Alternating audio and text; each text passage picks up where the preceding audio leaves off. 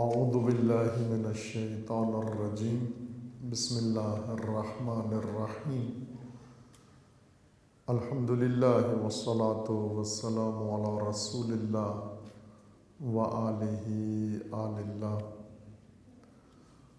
واللعنۃ الدائمۃ علی اعدائہم اعداء اللہ من یوم عداوتہم الی یوم لقاء اللہ اما بعد فقال الامام حسین بن علی علیہ السلام فلعمری ما الامام الا العامل بالکتاب والآخذ بالقسط والدائن بالحق والحابس نفسه علی ذات اللہ۔ درود پڑھیے محمد و آل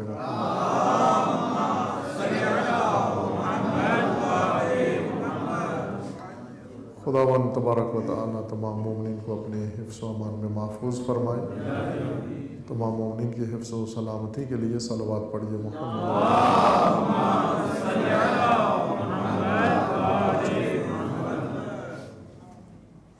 سید الشہداء علیہ السلام کا قول نورانی آپ کے مکتوب سے اقتباس کر کے سرنامہ کلام قرار دیا ہے۔ وہ خط جو آپ نے مکہ معظمہ میں اہل کوفہ کے خطوط کے جواب میں تحریر فرمایا ہے۔ جب شام میں اور دمشق میں امیر شام کی ہلاکت کے بعد یزید مسند نشین ہوا، وہ عنوان حاکم مملکت اسلامی کا متعارف ہوا۔ تمام مملکت کے اندر سکوت، خاموشی و لا تعلقی کی کیفیت قائم تھی۔ انگشت شمار افراد اکا دکا مختلف شہروں کے اندر اس حرکت پر معترض تھے، لیکن عملی طور پر کچھ انجام نہیں دے رہے تھے۔ خصوصیت کے ساتھ مکہ و مدینہ میں امام علیہ السلام نے لوگوں کو اس عمل کے مقابلے میں آگاہ بھی کیا اور انہیں مائل کیا، اکسایا کہ اپنا اہم فریضہ و ذمہ داری انجام دیں، لیکن نہ ہی مکہ اور نہ مدینہ و نہ کسی اور شہر کے اندر کوئی رد عمل ظاہر نہیں ہوا۔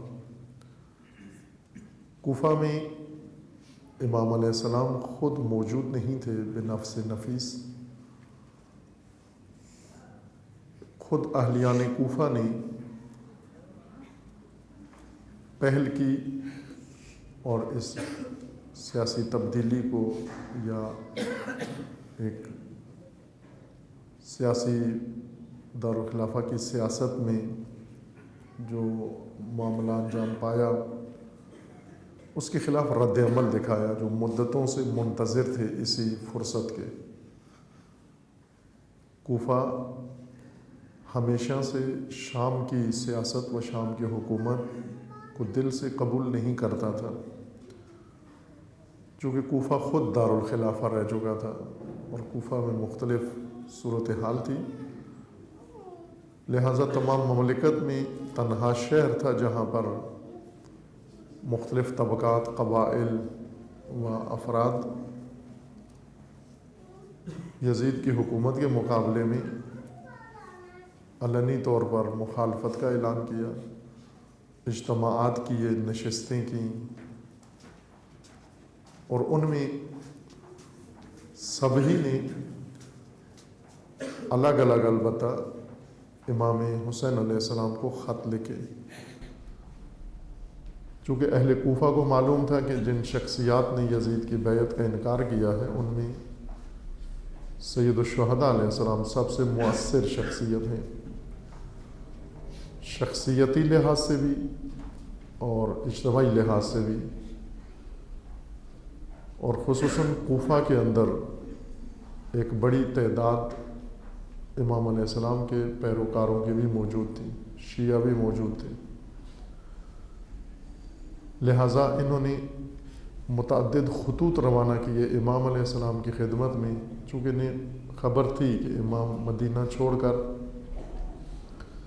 مکہ میں قیام پذیر ہیں اور مکہ میں یزیدی حکومت کے خلاف و دمشق کی حکومت کے خلاف لوگوں کو آگاہ کر رہے ہیں، مائل کر رہے ہیں، اکسا رہے ہیں۔ لہٰذا اہل کوفہ نے خطوط لکھے، ہر طبقے نے، شیعہ گروہ نے بھی خطوط لکھی۔ شیعہ ایک گروہ نہیں تھا، متعدد گروہ میں بٹے ہوئے تھے۔ کچھ کی سرپرستی سلیمان ابن سرد کر رہے تھے، کچھ کی سرپرستی امیر مختار و کچھ دیگر لیڈروں کے ساتھ وابستہ تھے۔ ایک گروہ یا ایک ملت کے طور پر کوفہ میں نہیں تھے، اور چونکہ اصل کوفہ میں قبائلی نظام تھا، لہٰذا اصل اساس و بنیاد و محور قبائلیت تھی۔ نظریاتی طور پر اہل بیت کے ساتھ وابستہ ہونے کے باوجود ایک قوم یا ایک ملت نہیں تھے، ہر قبیلہ الگ تھا۔ مثلا شیعہ تھے، شیعہ ہونے کے ساتھ ساتھ قبائل بھی تھے، ہر قبیلہ اپنے قبیلے کے سردار کو فالو کرتا تھا اور اس کی اقتداء کرتا تھا۔ مذہب و دین اساس نہیں تھا ان سب کے لیے، مذہب و دین اوزاری حیثیت رکھتا تھا، معیار قبائلیت تھی۔ جس طرح مثال دی کہ آج بھی باوجود اس کے کہ قبائلی زمانہ نہیں ہے، کم رہ گیا ہے قبائلی کلچر، شہری زندگی اس کی جگہ پر آ گئی ہے، تمدن آ گیا ہے، لیکن قبائلی نظام موجود ہے، صرف قبائل کی شکل بدل گئی ہے۔ پہلے قبائل تھے نسب کی بنیاد پر، اب وہی قبائل ہیں حزبی شکل میں، پارٹیوں کی صورت میں۔ اگر مختلف پارٹیاں ایک جگہ جمع ہو جائیں یا اکٹھی ہو جائیں، ایک ہی مسلک و ایک ہی مذہب سے تعلق رکھنے والی، تو ان کے سامنے محور و معیار دین نہیں ہوتا، معیار اپنی پارٹی اور اپنا حزبی منشور ہوتا ہے۔ اپنے پارٹی لیڈر کو فالو کرتے ہیں، نہ اپنے مذہبی رہنما کو، اور گفتگو بھی ایسے ہی کرتے ہیں، فیصلوں پر بھی حزب محوری غلبہ ہوتا ہے اس کا، حزب پرستی یا حزب پسندی کا۔ اسی طرح اگر قبائل کے رؤساء باوجود اس کے کہ سب شیعہ تھے، آپس میں ایک تو بیٹھتے نہیں تھے مل کر، اگر بیٹھ بھی جائیں تو قبائلیت کو ترجیح دیتے تھے، مفاد قبیلہ کو پہلے مد نظر رکھتے تھے۔ اگرچہ دوسرا قبیلہ جو بات کر رہا ہے وہ ان کے مذہب کے مطابق درست بات کر رہا ہے، ان کے مسلک و عقیدے کے مطابق بات کر رہا ہے، لیکن چونکہ اس پارٹی کا یا اس قبیلے کا بندہ بات کر رہا ہے، لہٰذا یہ قبیلہ اسے قبول نہیں کرتا تھا۔ لہٰذا کوفہ کے اندر شیعہ گروہ علاوہ سیاسی لیڈرشپ کے قبائلی لیڈرشپ بھی ان کے اندر تھی۔ قبائلی قیادت الگ تھی اور مذہبی قیادت یا سیاسی قیادت الگ تھی۔ بعض جگہ پر دونوں ایک تھے، جس طرح سلیمان اپنے قبیلے کا قبیلئی لیڈر تھا، اور بعض دوسرے قبیلوں کے شیعہ بھی اسے اپنا لیڈر مانتے تھے، یا امیر مختار بنی ثقیف قبیلے کا لیڈر تھا قبائلی لحاظ سے، لیکن بعض شیعہ دیگر قبیلوں سے تعلق رکھ کر انہیں اپنا سیاسی لیڈر مانتے تھے۔ اور اسی طرح چند اور بڑے نام ایسے موجود تھے کوفہ کے اندر جو مذہب کو اوزاری طور پر، ایک اوزار کے طور پر استعمال کرتے تھے۔ دوسرے بھی ایسے ہی تھے، غیر شیعہ گروہ بھی ایسے ہی تھے۔ مذہب کی حیثیت، دین کی حیثیت اوزار کی تھی، معیار نہیں تھا دین ان کے پاس۔ لہٰذا انہوں نے خطوط لکھے، ان خطوط کے مندرجات سے ہی اندازہ ہوتا ہے کہ محوریت و معیار ان کے نزدیک قبائلیت تھی۔ امام کو خط لکھ کے امام کو کہہ رہے ہیں کہ ہمارا کوئی امام نہیں ہے۔ اگر مذہب کی حیثیت اوزاری نہ ہوتی، بے حیثیت ٹول دین کو استعمال نہ کرتے بلکہ معیار کے طور پر دین کو لیتے، تو ہرگز یہ تردید یا یہ الجھن کسی قوم کو پیش نہیں آتی جس کا امام موجود ہو. امام مدینے میں موجود ہیں اور یہ کوفے میں بلا امام زندگی بسر کر رہے ہیں. گویا مدینے کا امام کو اپنا امام نہیں سمجھ رہے، یا مدینے میں رہنے والے امام سے کوئی رابطہ بھی نہیں ہے. اور حقیقت بھی یہی تھی کہ کوفہ میں رہنے والے مدینے میں امام سے لا تعلق بیٹھے ہوئے تھے، اپنی حزبی و قبائلی لیڈرشپ بنا کر اور خود ہی اپنے امور چلا رہے تھے، آپس میں رقابتیں کر رہے تھے. امام علیہ السلام سے مربوط نہیں تھے مدینے کے اندر، نہ امام علیہ السلام سے کوئی رائے لیتے تھے، نہ رہنمائی لیتے تھے. حتیٰ کربلا کے بعد بھی ایسا ہی رہے. کربلا کے بعد مختلف طبقات کوفہ کے، جس طرح جو بنو امیہ سے وابستہ تھے وہ واپس بنو امیہ سے جا ملے، جو خلفاء کے حامی تھے وہ بھی بنو امیہ کے طرفدار بن گئے، اور کربلا آگے لشکر بنا کر اس لشکر عمر سعد میں سارے یہ گروہ شامل تھے. وہ بعض موالی بھی بنو امیہ کے ساتھ مل گئے جا کر. شیعہ بنو امیہ سے نہیں ملے، لیکن کربلا امام کا ساتھ دینے بھی نہیں آئے، اور کربلا میں امام کے دفاع کے لیے اور امام عمر سعد کے لشکر میں بھی نہیں آئے. کچھ قیدی ہو گئے، اسیر ہو گئے، کچھ غائب ہو گئے، کچھ چھپ گئے، کچھ لاپتہ ہو گئے، کچھ معلوم ہی نہیں تھا کدھر ہیں. کئی سالوں کے بعد پھر منظر عام پر آنا شروع ہوئے جب حالات تھوڑے معمول پر آئے. اس دوران کربلا کا واقعہ ہو گیا. بعد از واقعہ کربلا ہر ایک اپنے اپنے وفاداری کے مطابق تقسیم ہو گیا. شیعہ اس وقت بھی امام سے مربوط نہیں تھے. امام چہارم، امام سید الساجدین،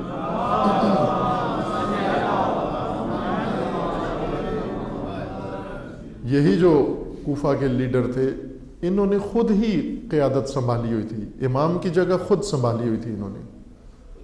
سلیمان موجود ہے کوفہ کے اندر، امیر مختار موجود ہے، وہ اسی طرح کے دیگر چند بڑے نام، رفاع ابن شداد موجود ہے مثلا، یا دیگر جو انہی جیسے لوگ تھے، مسیب ابن نجبہ موجود ہیں. یہ بڑے شیعہ نام تھے. ان میں سے کچھ کربلا آئے شہید ہو گئے، جیسے حبیب ابن مظاہر تھے، یا جیسے مسلم ابن اوسجہ. یہ شخصیات مدینہ میں آ کر امام علیہ السلام کے رکاب میں رہے اور عاشور کے روز شہید ہو گئے. جو نہیں آئے کربلا میں، کربلا سے پہلے بھی ان کا امام سے زیادہ گہرا تعلق نہیں تھا. خود ہی امام کی جگہ خود رہبر بنے ہوئے تھے، خود قائد بنے ہوئے تھے کوفیوں کے، کوفی شیعہ کے. کربلا کے بعد بھی ان کا امام وقت سے کوئی تعلق نہیں تھا. کربلا کے بعد انہوں نے تحریکیں شروع کی، انتقامی تحریکیں. البتہ ایک بڑے سکوت کے بعد 4 سال تک خاموش رہے. 4 سال تک کوفہ میں کسی قسم کی آواز نہیں اٹھی، دبے رہے. 4 سال کے بعد، 5 سال کے بعد آہستہ آہستہ نکلے گھروں سے، سکوت توڑا، پشیمان ہوئے اور گروہ بنانا شروع کیے. نئے سرے سے اپنی نفری جمع کرنا شروع کی، جن میں پہلی تحریک توابین کی شروع ہوئی، سلیمان ابن سرد کی خزائی کی سرپرستی میں، قیادت میں. خوب اس شخص نے قیام کیا لیکن امام سے کوئی رابطہ نہیں کیا. کوفہ میں توابین کا لشکر بنایا اور امام مدینے میں موجود ہیں. کربلا کا واقعہ ہو چکا ہے اور اب بھی یہ شخص اور یہ گروہ امام سے مربوط. پھر ان کا موقف یہی ہے، لیس علینا امام، ہمارا کوئی امام نہیں ہے.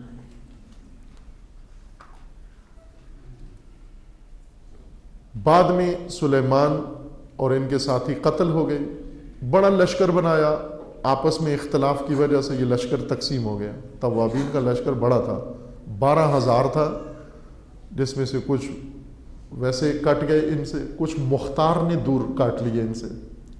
جب امیر مختار کو پتہ چلا کہ سلیمان ابن سرد نے اتنا بڑا لشکر بنا لیا ہے، امیر مختار نے اپنے افراد بھیجے اور جا کر لوگوں کو کہا کہ چھوڑیں, سلیمان کا ساتھ نہ دیں, اور اس طرح سے اس نے چند ہزار آدمی مختار نے کاٹ لیے سلیمان سے. آپس میں رقابت ہے, شدید قسم کی رقابت ہے, قیادت کی اور شیعہ کی رہبری کی قیادت ہے. اور انہوں نے, کہ میں نے اشارہ کیا پہلے جو گفتگو ہوئی ہے, حوالہ بھی دیا آپ کو کہ اگر چاہیں پسند کریں اس کو سنیں, آگاہی کے لیے خوب ہے, کہ انتقامی تحریکیں شروع کی انہوں نے. ان انتقامی تحریکوں میں پھر امام سے کوئی رابطہ نہیں. محمد ابن حنفیہ مکہ میں ہیں, امام سید ساجدین مدینہ میں ہیں. یہ مکہ میں محمد ابن حنفیہ کے پاس چلے گئے, ان سے جا کر بیعت کر لی اور ان کی امامت کا پرچار کرنے لگے. امام سجاد کی امامت کو قبول نہیں کر رہے. یہ آشفتگی اور یہ حیرت, یہ سرگردانی کوفہ کے اندر کربلا کے بعد بھی قائم رہی. نقطہ یہ ہے کہ یہ شخص, یہ افراد دوسرے تو امام مانتے ہی نہیں تھے, وہ سیاسی وجوہات کی بنیاد پر یا مفادات کی خاطر حالات کے پیش نظر امام کو خط لکھ کے بلا رہے تھے. ان کا امام حسین علیہ السلام کی امامت پر کوئی ایمان و عقیدہ نہیں تھا. اگر وہ خطوط میں لکھتے ہیں لیس علینا امام, انہیں حق بنتا ہے, چونکہ واقعاً ان کا کوئی امام نہیں ہے. امام حسین کو امام نہیں مانتے, امام حسین کے علاوہ کوئی اور امام نہیں ہے. لہذا اگر وہ لوگ لکھتے ہیں اپنی خطوط کے اندر لیس علینا امام, ہمارا کوئی رہبر نہیں ہے, ٹھیک لکھ رہے ہیں, لیکن جو ان کا عقیدہ ہے, جو امیر المومنین کی امامت کے معتقد ہیں, امام حسن کی امامت کے معتقد ہیں, امام حسین علیہ السلام کی امامت کے معتقد ہیں, یہ بھی امام حسین کو خط لکھ کے کہہ رہے ہیں کہ ہمارا کوئی امام نہیں ہے.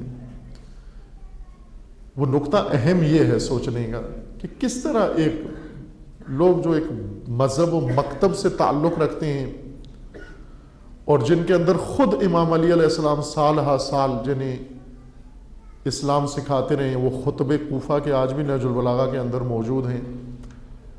امام نے ان کو توحید سکھائی, امام نے ان کو بندگی سکھائی, امام نے ان کو امامت سکھائی, امام نے ان کو نبوت سکھائی, امام نے انہیں اہل بیت کا مقام بتایا, قرآن بتایا, انبیاء کی تاریخ بتائی, انہیں دیانت و سیاست ان کو سکھائی.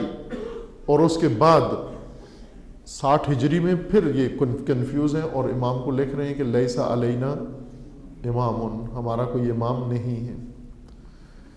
یہ حالت طاری ہو جاتی ہے لوگوں کے اوپر جب وہ دین کو ثانوی حیثیت دیں اور اصل مشغلے مصروفیات دوسری رکھیں. دین سے بے بہرا ہو جاتے ہیں, دین سے بے خبر ہو جاتے ہیں لوگ. جو لوگ تقیے میں ہوتے ہیں, یعنی اپنا مذہب و دین چھپا کے رکھتے ہیں, آہستہ آہستہ وہ بھی اپنے دین سے دور ہو جاتے ہیں. پاکستان کے اندر آپ کو اس وقت ملیں گے سادات بڑی کثرت کے ساتھ موجود ہیں. سادات پاکستان میں, بر صغیر میں موجود ہیں, پاکستان میں, اور پاکستان کے بعض علاقوں میں بہت بڑی تعداد میں ہیں. اور اکثریت ان سادات کی اہل بیت کے مذہب پر نہیں ہے. اس وجہ سے نہیں ہے کہ یہ خوف و ہراس کی وجہ سے عرب سرزمینوں سے یا مدینے سے یا ان علاقوں سے فرار کر کے آئے. بنو عباس کے دور میں یا بنو امیہ کے دور میں پناہ لی انہوں نے. آپ دیکھیں سادات کی آبادیاں زیادہ کوہستانوں میں, پہاڑوں میں, صحراؤں میں, جنگلات میں, آج بھی زیادہ سادات ان علاقوں میں آباد ہیں. چھپ کے زندگی گزارنا چاہتے تھے, چونکہ حجاج ابن یوسف جیسے سفاک جلاد, انہوں نے ایسے ٹیررسٹ گروپ بنائے ہوئے تھے جن کا کام سادات پکڑنا تھا. جہاں جہاں سادات بچے, عورتیں, مرد ملیں, انعام ملتا تھا سید پکڑنے پر اور سید کا قتل کرنے پر. اور مملکت کے اندر ایک آشوب تھا, لہٰذا یہ حلیے بدل بدل کے چھپ کے وہاں سے ان علاقوں سے نکلے, عرب سرزمینوں سے, عراق و مدینہ و حجاز سے سادات ہجرت کی. انہوں نے دنیا کے مختلف ممالک, اور یہ علاقہ پرامن سمجھا جاتا تھا. جس طرح آج سادات یہاں سے بھاگ کے یورپ جا رہے ہیں امن کی تلاش میں, آسٹریلیا, پہلے عرب سرزمین ناامن ہو گئی تھی، ہندوستان کو پرامن سمجھ کر یہاں آئے، یہاں آ کر پناہ لی سادات نے، اور آ کر زیادہ تر آبادیوں سے دور رہتے تھے، پہاڑوں میں اور کوہستانوں میں بڑی تعداد میں ہیں، لاکھوں کی تعداد میں ہیں، اور چھپاتے تھے۔ پہلے تو اپنا نسب چھپاتے تھے کہ ہم کس سلسلے سے تعلق رکھتے ہیں، تعارف نہیں کرواتے تھے، اور آہستہ آہستہ تعارف کا تو کروایا لیکن اپنا دین و اعتقاد و مذہب اپنا چھپایا، تقیے میں رہے۔ تقیے کی وجہ سے ایک نسل نے تو اپنا مذہب چھپا کے رکھا، اگلی نسل کو بتانا بھول گئے، اگلی نسل کو معلوم ہی نہیں تھا ہم کس سلسلے سے تعلق رکھتے ہیں، اور آہستہ آہستہ وہ اپنے آبا کے سلسلے سے دور ہو گئے۔ اور ابھی آپ کو ملیں گے سادات کے خاندانوں سے تعلق رکھنے والے ایسے لوگ جو دشمنان تشیع میں شامل ہیں، ایسے لشکروں کے اندر باقاعدہ شامل ہیں، اس حد تک دور ہو گئی ہیں۔ تقیہ انسان کو اپنے تقیہ لمبی مدت کے لیے، تقیہ ایک وقتی مدت کے لیے، ایک گھنٹے کے لیے، ایک دن کے لیے، ایک مختصر وقت کے لیے تو انسان کو بچا لیتا ہے، لیکن دراز مدت تقیہ، ایک پوری نسل کا تقیہ مذہب کو ہی ختم کر دیتا ہے، مذہب سے دور کر دیتا ہے، انسانوں کو چھوڑ دیتے ہیں۔ دوسری چیز جو انسان کو اپنے دین سے دور کر دیتی ہے اور دین کی بنیادوں سے دور کر دیتی ہے کہ جب ذہنی طور پر مذہب کی حیثیت ثانوی ہو جائے اور ترجیحات انسان آبائی طور طریقوں کو اور سیاسی مفادات کو جب ترجیح دیتا ہے، دنیا کا بندہ بنتا ہے، جس طرح سید الشہداء علیہ السلام نے کوفیوں کے بارے میں، اور اس وقت کے نہ صرف کوفیوں کے بارے میں بلکہ اس وقت کے عام عوام کے بارے میں اور خواص کے بارے میں یہ تجزیہ کیا تھا۔ سید الشہداء علیہ السلام کے یہ جملات ہیں، الناس عبید الدنیا، لوگ دنیا کے بندے ہیں، والدین لائق علی السنتہم، اور دین ان کی زبانوں پر چڑھا ہوا ایک ذائقہ ہے، یحوطونہ ما درت معائشہم، جب تک کام کاروبار چل رہا ہے مذہبی ہوتے ہیں، وَإِذَا مُحِسُوا بِالْبَلَا قَلَّ الدَّيَّانُونَ، جب امتحان و آزمائش کا وقت آتا ہے دیندار کم رہ جاتے ہیں، چھوڑ جاتے ہیں۔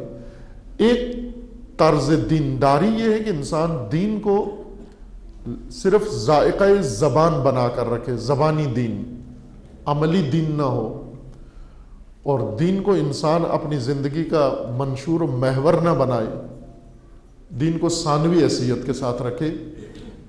یہ دیندار بھی آزمائش کے وقت دین سے دور ہو جاتا ہے، بلکہ اسے یاد ہی نہیں رہتا کہ میرے دین کی بنیادی تعلیمات کیا ہیں۔ یہ وجہ بنی کہ یہ لوگ اہل کوفہ جو پیشے کے لحاظ سے عرض کیا تھا کہ زیادہ تر فوجی تھے، جنگجو تھے، لشکری تھے یہ لوگ،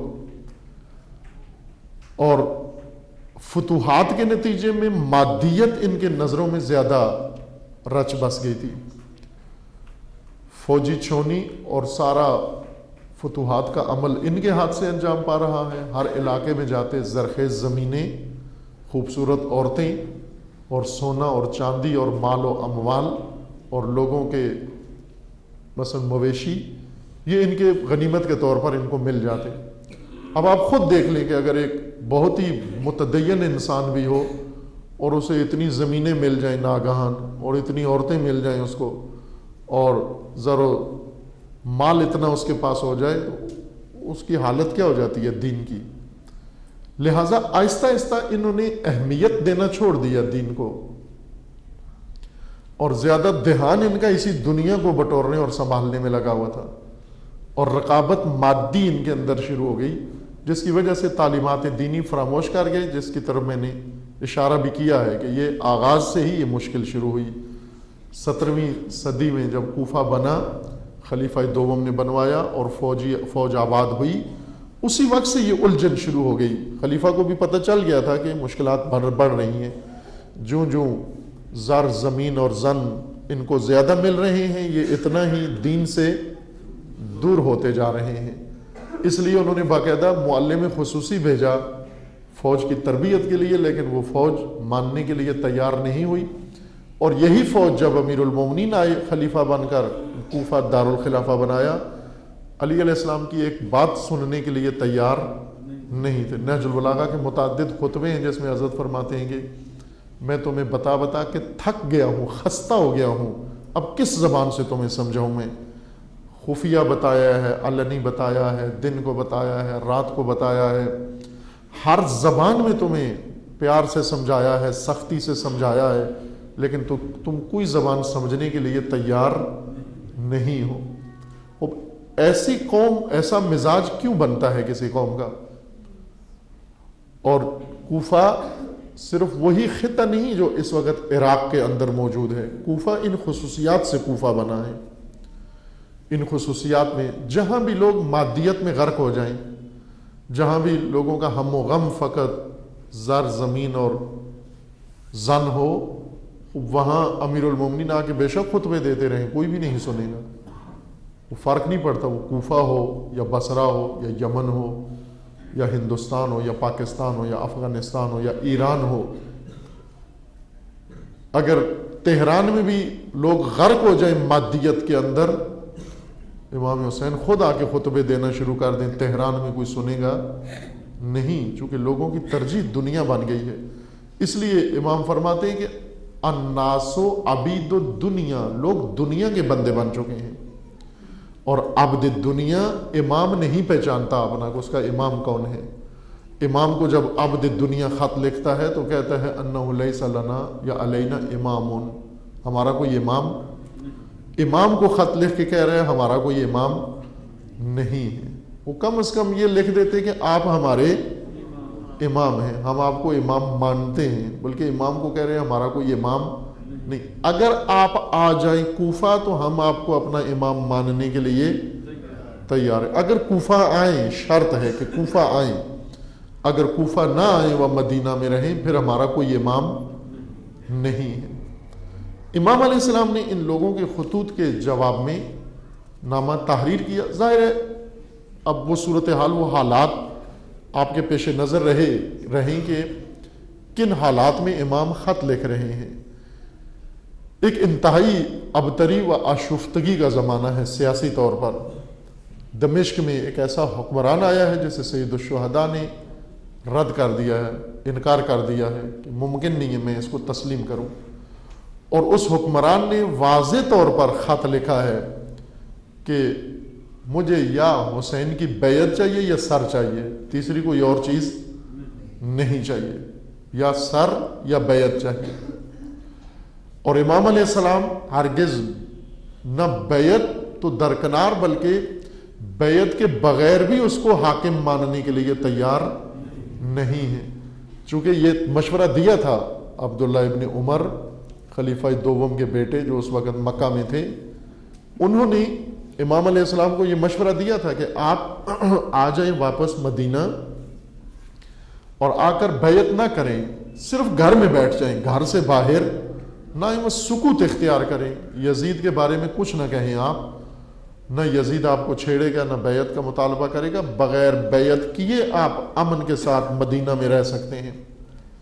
امام علیہ السلام نے جب ان کی یہ تجویز سنی اس وقت فرمایا کہ اف لہذا الکلام، تف ہو ان باتوں پر کہ آپ مجھے کہہ رہے ہو میں اپنی جان بچانے کے لیے جا کر مدینہ کے اندر اپنے گھر میں خاموشی کے ساتھ سکوت کے ساتھ بیٹھ جاؤں اور یزید و حکومت کے بارے میں کچھ بھی نہ کہوں، اف لہذا الکلام، تف ہو اس بات کے اوپر، اس سوچ کے اوپر، اس فیصلے اور نظریے کے اوپر اور اس ارادے کے اوپر، اس عزم کے اوپر تف ہو میری ابدا ما دامت السماوات والارض، جب تک زمین و آسمان قائم ہیں، اس راہ پر تف ہو۔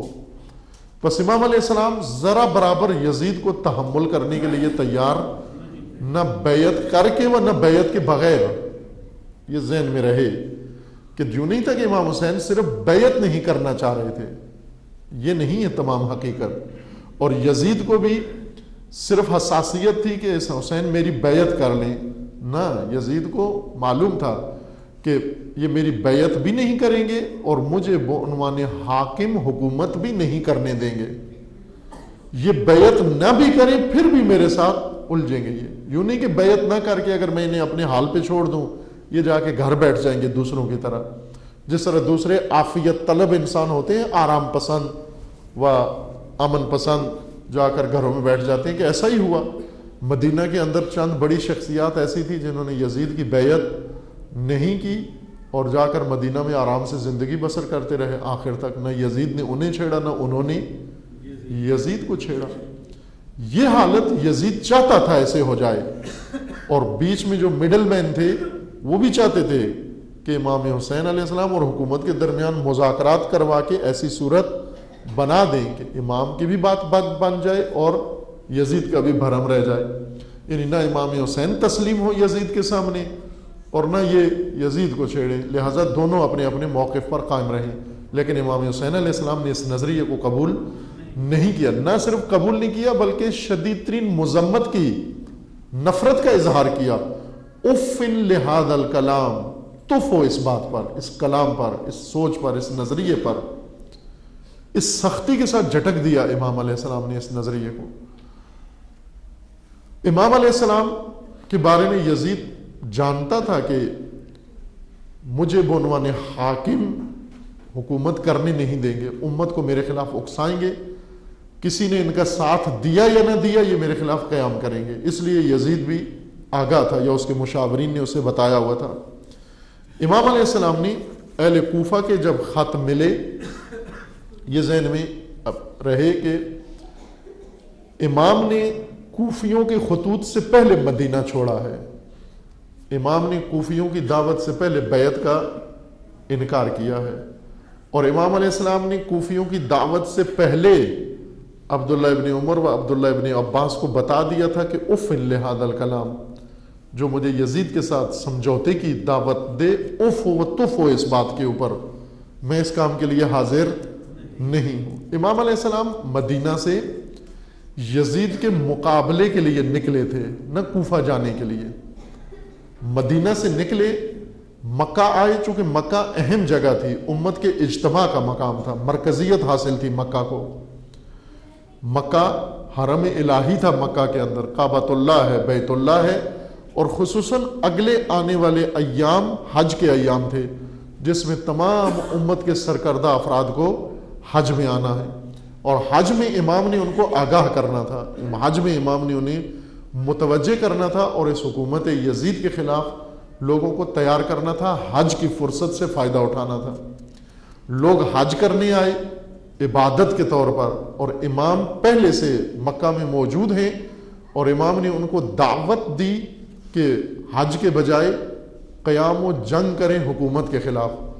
لوگوں نے اپنے رویے سے امام کو یہ کہا کہ ہم عبادت کے لیے آئے ہیں، سیاست کے لیے نہیں آئے ہیں، آپ آئے حرم میں سیاست کرنے، ہم آئے ہیں یہاں پر عبادت کرنے۔ اور آج تک ایسے ہی حاجی کعبہ جا رہے ہیں 1400 سال سے۔ سید الشہداء جن حاجیوں سے ملے وہی نسل ابھی تک جا رہی ہے۔ ابھی بھی آپ کعبہ میں جا کر اگر امام حسین کا مقصد بیان کریں تو آپ کو ہر سنخ کا حاجی، ہر قسم کا حاجی، شیعہ حاجی، سنی حاجی، پاکستانی حاجی، عرب حاجی، عجم حاجی، ہر حاجی کا ایک ہی جواب ہوگا کہ ہم یہاں پر عبادت کرنے آئے ہیں، سیاست کرنے نہیں آئے ہیں۔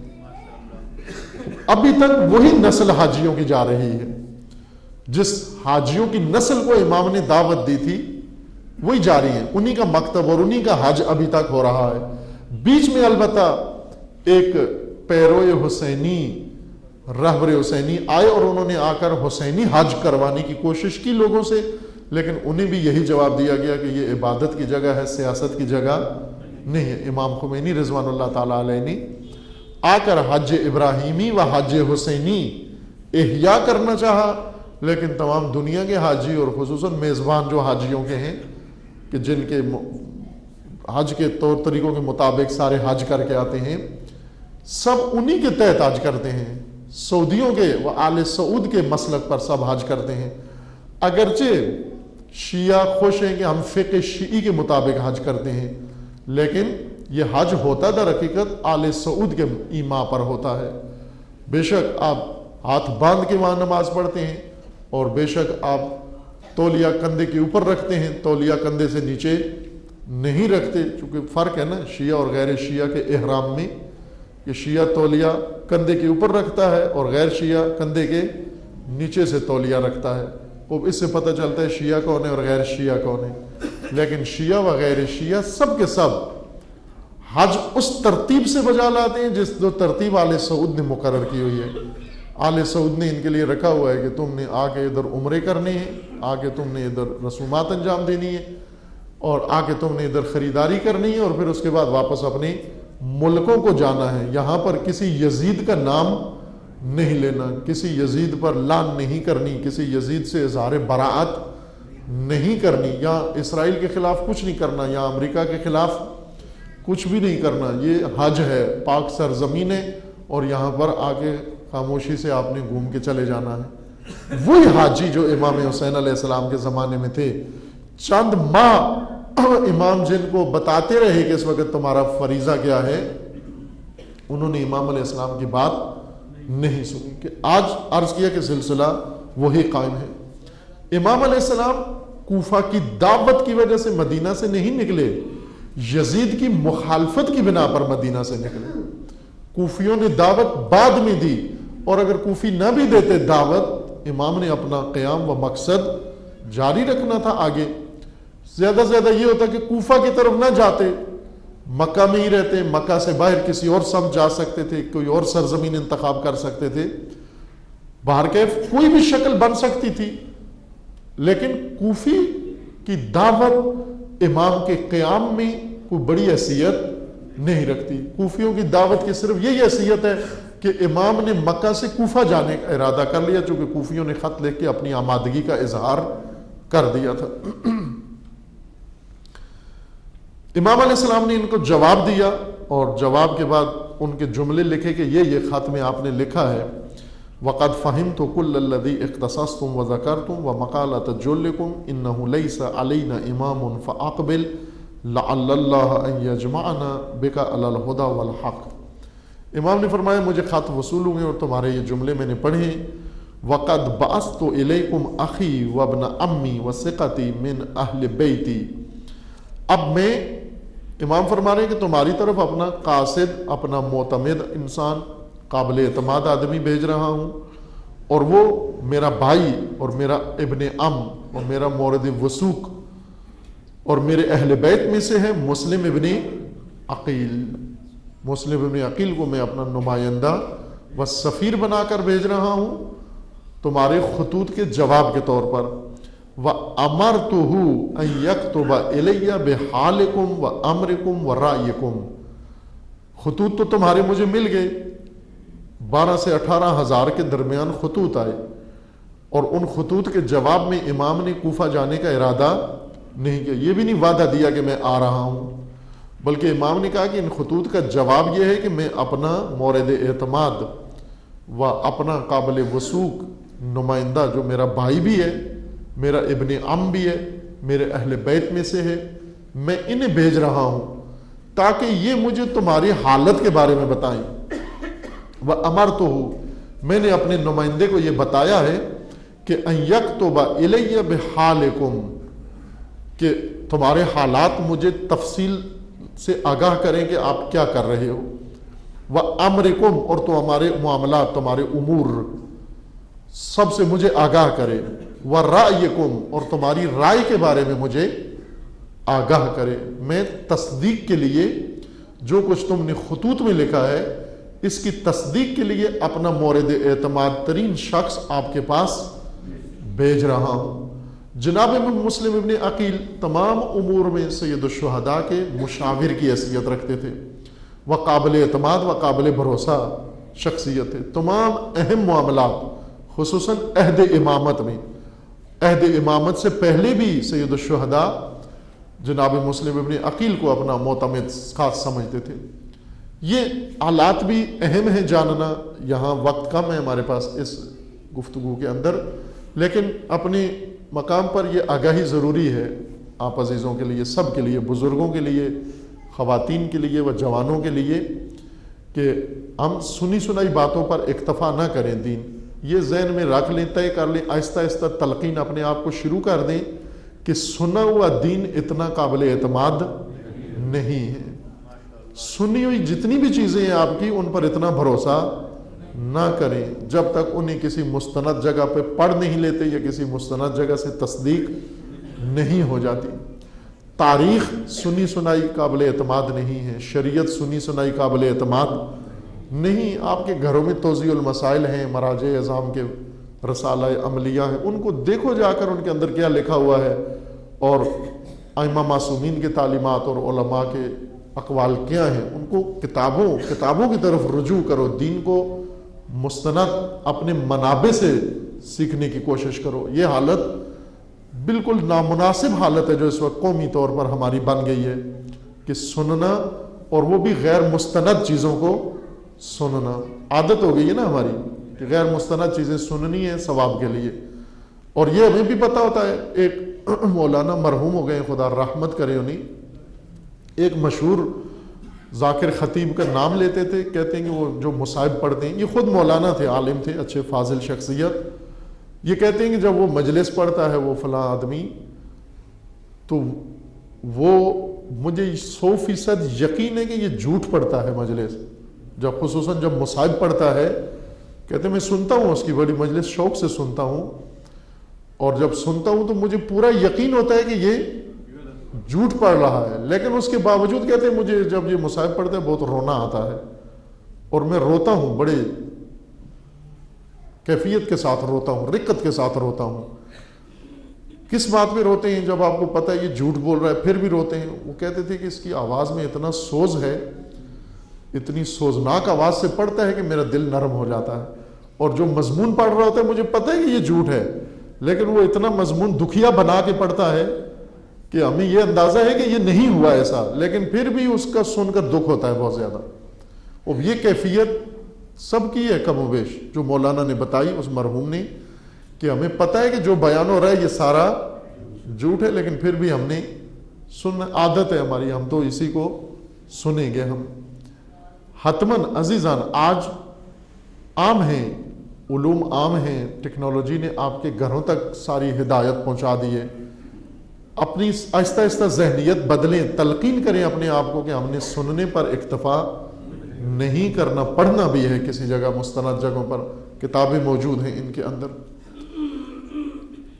سید الشہداء علیہ السلام کے عہد ہر امام کے بارے میں ضروری ہے مستند تاریخ پڑھنا، خصوصیت کے ساتھ امام حسین علیہ السلام.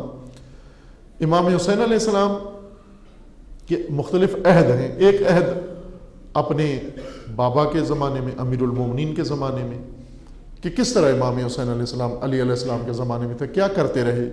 ہمیں پتہ ہے کہ علی علیہ السلام کے زمانے میں امام حسین کیا کرتے تھے، کیا ذمہ داری تھی، کیا مسئولیت تھی، کیا شعبہ ان کے حوالے کیا گیا تھا علی علیہ السلام نے. کچھ بھی نہیں معلوم. امام حسن علیہ السلام کے زمانے میں امام حسین کیا کرتے تھے. ایک طولانی زمانہ امامت امام حسن کا گزرا ہے، جس میں امام حسین پیروکار تھے امام حسن علیہ السلام کے، تابع تھے ان کے، وہ امام تھے، یہ ان کے مطیع. کیسے وہ عرصہ گزرا امام حسین علیہ السلام کا، عہد امام حسن میں کیا زمانہ گزرا، نہیں اتنا معلوم. اسی طرح پھر خود جب اپنا عہد امامت شروع ہوا امام حسین علیہ السلام کا، اس وقت امام نے کیا کیا اور کس طرح تفصیلی طور پر، یعنی امام حسن علیہ السلام کی شہادت کے بعد عہد امامت امام حسین علیہ السلام شروع ہوتا ہے. عاشور تک، شہادت تک کربلا سے پہلے شروع ہو جاتا ہے، چونکہ امام حسن علیہ السلام پہلے شہید ہو گئے تھے. جو امام حسن شہید ہوئے عہد امامت امام حسین شروع ہو جاتا ہے. اس وقت امیر شام وہاں پر حاکم تھا، دمشق کے اندر یزید نہیں تھا. امیر شام کی حکومت کے دوران عہد امامت امام حسین شروع ہو جاتا ہے. اس دوران امام علیہ السلام نے کیا کیا، امام حسین علیہ السلام کیا تھے. ایک منبع اگر پڑھنا چاہیں، یہی کتاب، البتہ یہ عربی میں ہے، فارسی میں اس کا ترجمہ ہے، اردو میں میرے خیال میں نہیں ہوا، میں نے دیکھا نہیں ہے. امام حسین علیہ السلام کے عمر بھر کے جتنے بھی اقوال، فرامین، احادیث، خطبے، دعائیں، احادیث ہیں، وہ ساری اس کتاب کے اندر ہیں. موسوعۃ کلمات الامام الحسین علیہ السلام، جو آپ نے علی علیہ السلام کے زمانے میں جو جملے بیان کیے اور لوگوں نے تحریر کی ہے، جو امام حسن علیہ السلام کے زمانے تاریخ کی کتاب نہیں ہے، یہ صرف خطبات امام حسین علیہ السلام کی کتاب ہے، تاریخ نہیں ہے اس کے اندر، اس کتاب میں یہ صرف امام حسین علیہ السلام کے خطبے ہیں کہ کہاں کا امام نے کیا فرمایا۔ ایک منبع یہ ہے اس کتاب کو اگر آپ حاصل کر سکیں تو موسوعۃ کلمات الامام الحسین علیہ السلام۔ تاریخ ہے، مستند کتابیں ہیں تاریخ کے اندر، تاریخ طبری میں کسی حد تک واقعات ہیں، تاریخ یعقوبی ایک اچھی تاریخ جس نے انصاف کے ساتھ، یعنی حکومتوں کے کرائے پر تاریخ نہیں لکھی جس شخص نے، اکثر تاریخیں حکومتوں نے لکھوائی ہیں سرکاری پیسے سے، سرکاری پیسے سے کچھ تاریخیں لکھی گئی ہیں، کچھ تاریخیں سرکاری پیسے سے نہیں لکھی گئیں۔ یہ ان تاریخوں میں سے ہے تاریخ یعقوبی اور تاریخ اسد الغابہ، یہ دو تاریخی مجموعے ہیں جو سرکاری پیسے سے، حکومتی خرچے سے نہیں لکھوائی گئی، لکھی اسی زمانے میں گئی لیکن سرکاری پیسوں سے نہیں لکھی گئی، اس لیے ان کے اندر حقائق بہتر ذکر کیے گئے ہیں اہل بیت علیہ السلام کے بارے میں خصوصاً، یا اس زمانے کے حالات۔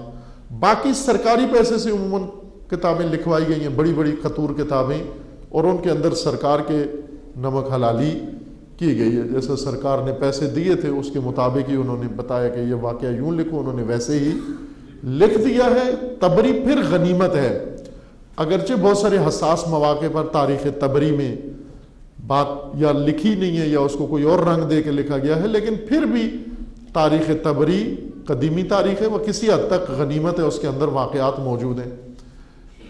مختصر سی تاریخ جناب شیخ مفید نے بھی لکھی ہے، بہت تفصیل نہیں لکھی انہوں نے، مختصر برگزیدہ تاریخ، منتخب تاریخ، ارشاد ہے، کتاب ارشاد شیخ مفید رحمۃ اللہ علیہ کی۔ ان کتابوں کا مطالعہ کر سکتے ہیں، ارشاد خصوصاً ترجمہ شدہ موجود ہے۔ تاریخ کو پڑھیں کہ کس طرح سے عہد امامت گزرا، ائمہ کیا کرتے تھے، وہ خصوصاً سید الشہداء علیہ السلام کس طرح سے یہ عہد، اپنے بابا کا عہد کیسے گزارا، اپنے بھیا کا عہد کیسے گزارا، اور اپنا عہد امامت کیسے گزارا۔ ہم زیادہ جو سنتے ہیں وہ 28 رجب سے سنتے ہیں، 60 ہجری 28 رجب سے بیعت کا مطالبہ ہوا، یہاں سے ایک دم امام حسین علیہ السلام میدان میں آ جاتے ہیں، اور اس وقت امام حسین علیہ السلام کی عمر تھی 57 سال۔ 57 سال کی شخصیت، ذرا اتنا بڑا عمر گزار چکی ہے کہیں پر، تو 57 سالہ ہسٹری ہر شیعہ کو معلوم ہونا چاہیے امام کی، اپنے امام کی، کہ یہ بزرگوار امام کہاں رہے ہیں، کیا کیا ہے 57 سال کے اندر۔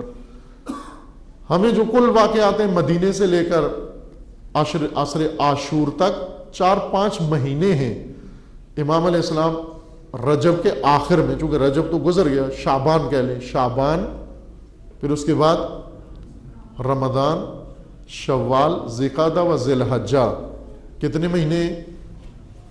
5 مہینے۔ 5 مہینے کی کل تاریخ ہے جو عموماً ممبروں پہ بیان کی جاتی ہے، وہ بھی عرض کیا کہ اتنی مستند نہیں ہوتی، اس میں خود غریب کی محنت زیادہ ہوتی ہے، تاریخ کے حوالے کم ہوتے ہیں۔ وہ پڑھ رہا تھا ممبر پہ مجلس، تو اس نے ایک جملہ پڑھا، کہا یہ تاریخ میں لکھا ہوا ہے، اس کے علاوہ سب میری اپنی محنت ہے۔ کہا میں غریب کی اپنی محنت ہے، باقی وہ تاریخ میں موجود نہیں ہے۔ تو غریب کی محنت زیادہ ہم نے سنی ہوئی ہے۔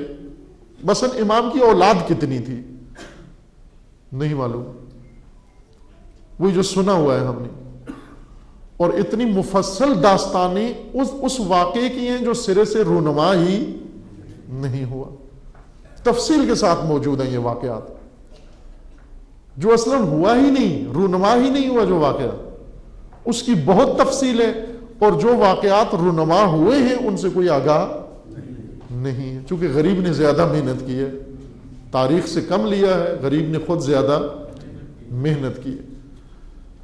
یہ واقعات جاننا بہت ضروری ہے۔ امام علیہ السلام 2 شخصیتوں کے ساتھ زیادہ قرب تھا۔ ایک شخصیت جناب عبداللہ ابن جعفر تھے، حضرت زینب سلام اللہ تعالی علیہا کے شوہر نامدار، اور چچا زاد بھائی بھی تھے، جعفر طیار، جعفر ابن ابی طالب کے بیٹے، جعفر طیار اور عقیل ابن ابی طالب جن کی اولاد میں سے مسلم ابن عقیل ہیں، اور تیسرے تھے علی ابن ابی طالب، جناب ابو طالب کے یہ 3 مشہور بیٹے، جعفر طیار، عقیل ابن ابی طالب اور علی ابن ابی طالب۔ متعدد اولاد تھی جناب ابو طالب کی۔ مدینے میں قحط، مکہ میں قحط پڑا عہد رسول اللہ میں، اور اس قحط کی وجہ سے، مشکلات کی وجہ سے جناب ابو طالب جو کثیر الاولاد تھے، رسول اللہ نے چچا عباس اور دیگر اپنے جو چچا تھے ان بزرگواروں سے یہ کہا کہ جناب ابو طالب کی اولاد زیادہ ہے اور اس وقت مکہ کے حالات ٹھیک نہیں ہیں، لہٰذا ہمیں چاہیے کہ ہم ان کے بچوں میں سے تقسیم کر لیں، آپس میں ایک ایک بچہ لے جائیں۔ اس وقت جا کر انہوں نے تجویز پیش کی کہ یہ آپ اگر پسند کریں تو ہم آپ کی اولاد میں سے ایک ایک بچہ ہم رکھتے ہیں اپنے گھروں کے اندر۔ جناب ابو طالب نے فرمایا کہ عقیل کو میرے پاس رہنے دو اور باقی بچوں میں سے جس کو لے کے جانا چاہتے ہو آپ لے جاؤ۔ اور اس وقت جعفر طیار کو ایک چچا لے گئے، دوسری اولاد دوسرے۔ رسول اللہ نے امیر المومنین کو کہا کہ علی میرے پاس رہے گا۔ علی علیہ السلام بہت چھوٹی عمر میں تھے اور رسول اللہ نے اپنی کفالت میں لے لیا، اور اسی بچپن سے امیر المومنین کی تربیت و پرورش رسول اللہ کے سائے میں ہوئی ہے، شب و روز۔ اس لیے علی علیہ السلام نے ایک جملہ بڑا خوبصورت نہج البلاغہ میں لکھا ہے، فرماتے میں رسول اللہ کے ساتھ اس طرح سے تھا جس طرح اونٹنی کا بچہ اونٹنی کے پیچھے، ماں کے پیچھے ہوتا ہے، یعنی وہ چھوڑتا نہیں ہے اس کو، جدھر وہ جاتے تھے ادھر میں جاتا تھا۔ سفر میں میں ساتھ، حضر میں میں ساتھ، گھر میں میں ساتھ، مجلس میں میں ساتھ، وحی نازل ہوتی میں دیکھ رہا ہوتا۔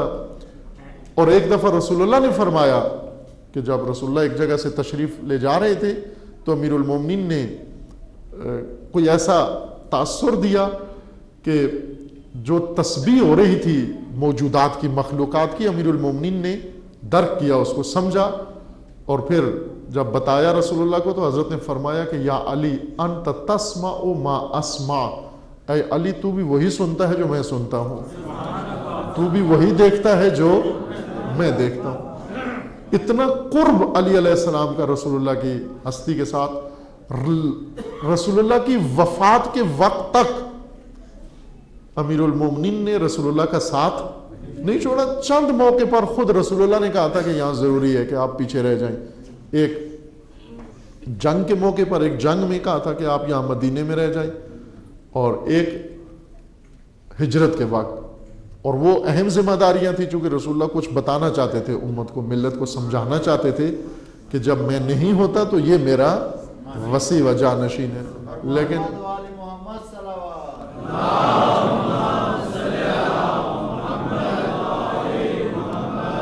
امت نے اتنی ذہانت کا ثبوت نہیں دیا اور ان واقعات سے کوئی خاص مطلب نہیں سمجھا، بلکہ امیر المومنین اس جنگ میں جب امیر المومنین کو چھوڑ گئے تھے رسول اللہ تو امیر المومنین بہت ناراحت ہوئے، رونے لگے، اور رو کر یہ کہا کہ آپ مجھے بوڑھی عورتوں اور مریضوں کے پاس چھوڑ کر جا رہے ہیں کہ لوگ کیا کہیں گے کہ علی مثلا اتنا بہادر انسان اور جنگ پہ رسول اللہ نہیں لے کے جا رہے بلکہ پیچھے عورتوں اور بچوں کے ساتھ ان کو چھوڑ کے جا رہے ہیں۔ رونے لگے رسول اللہ کے سامنے اور التماس کرنے لگے کہ لے جائیں مجھے آپ، کہ کم از کم یہ باتیں تو پیچھے میں نہ سنوں۔ اس وقت رسول اللہ نے ایک جملہ فرمایا، اور وہ جملہ یہی کہ چند موقعوں پر فرمایا تھا کہ یا علی انت منی بمنزلت ہارون من موسیٰ، کہ تیرا تعلق میرے ساتھ وہی ہے جو ہارون کا موسیٰ کے ساتھ ہے۔ تو ہارون کو اس لیے موسیٰ نہیں چھوڑ کر گئے کہ ہارون جنگ نہ کرے، بلکہ ہارون کو چھوڑ گئے تاکہ امت کا والی بنے، سرپرست بنے، یہ سمجھانے کے لیے۔ اس کے بعد علی علیہ السلام نے تبسم کیا اور رک کے جو امور حضرت علی علیہ السلام بلندتر صلوات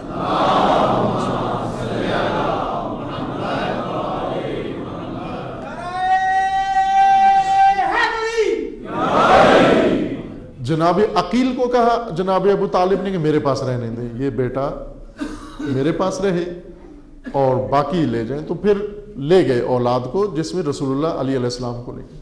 باہر کیف جناب جعفر طیار کی اولاد میں سے بھی ان کو بھی اولاد تھی، نسل تھی، اور بیٹے اور بیٹیاں، اور اسی طرح جناب عقیل کی بھی سب سے زیادہ اولاد جناب عقیل کی تھی، مسلم ابن عقیل، ان کی اولاد زیادہ تھی۔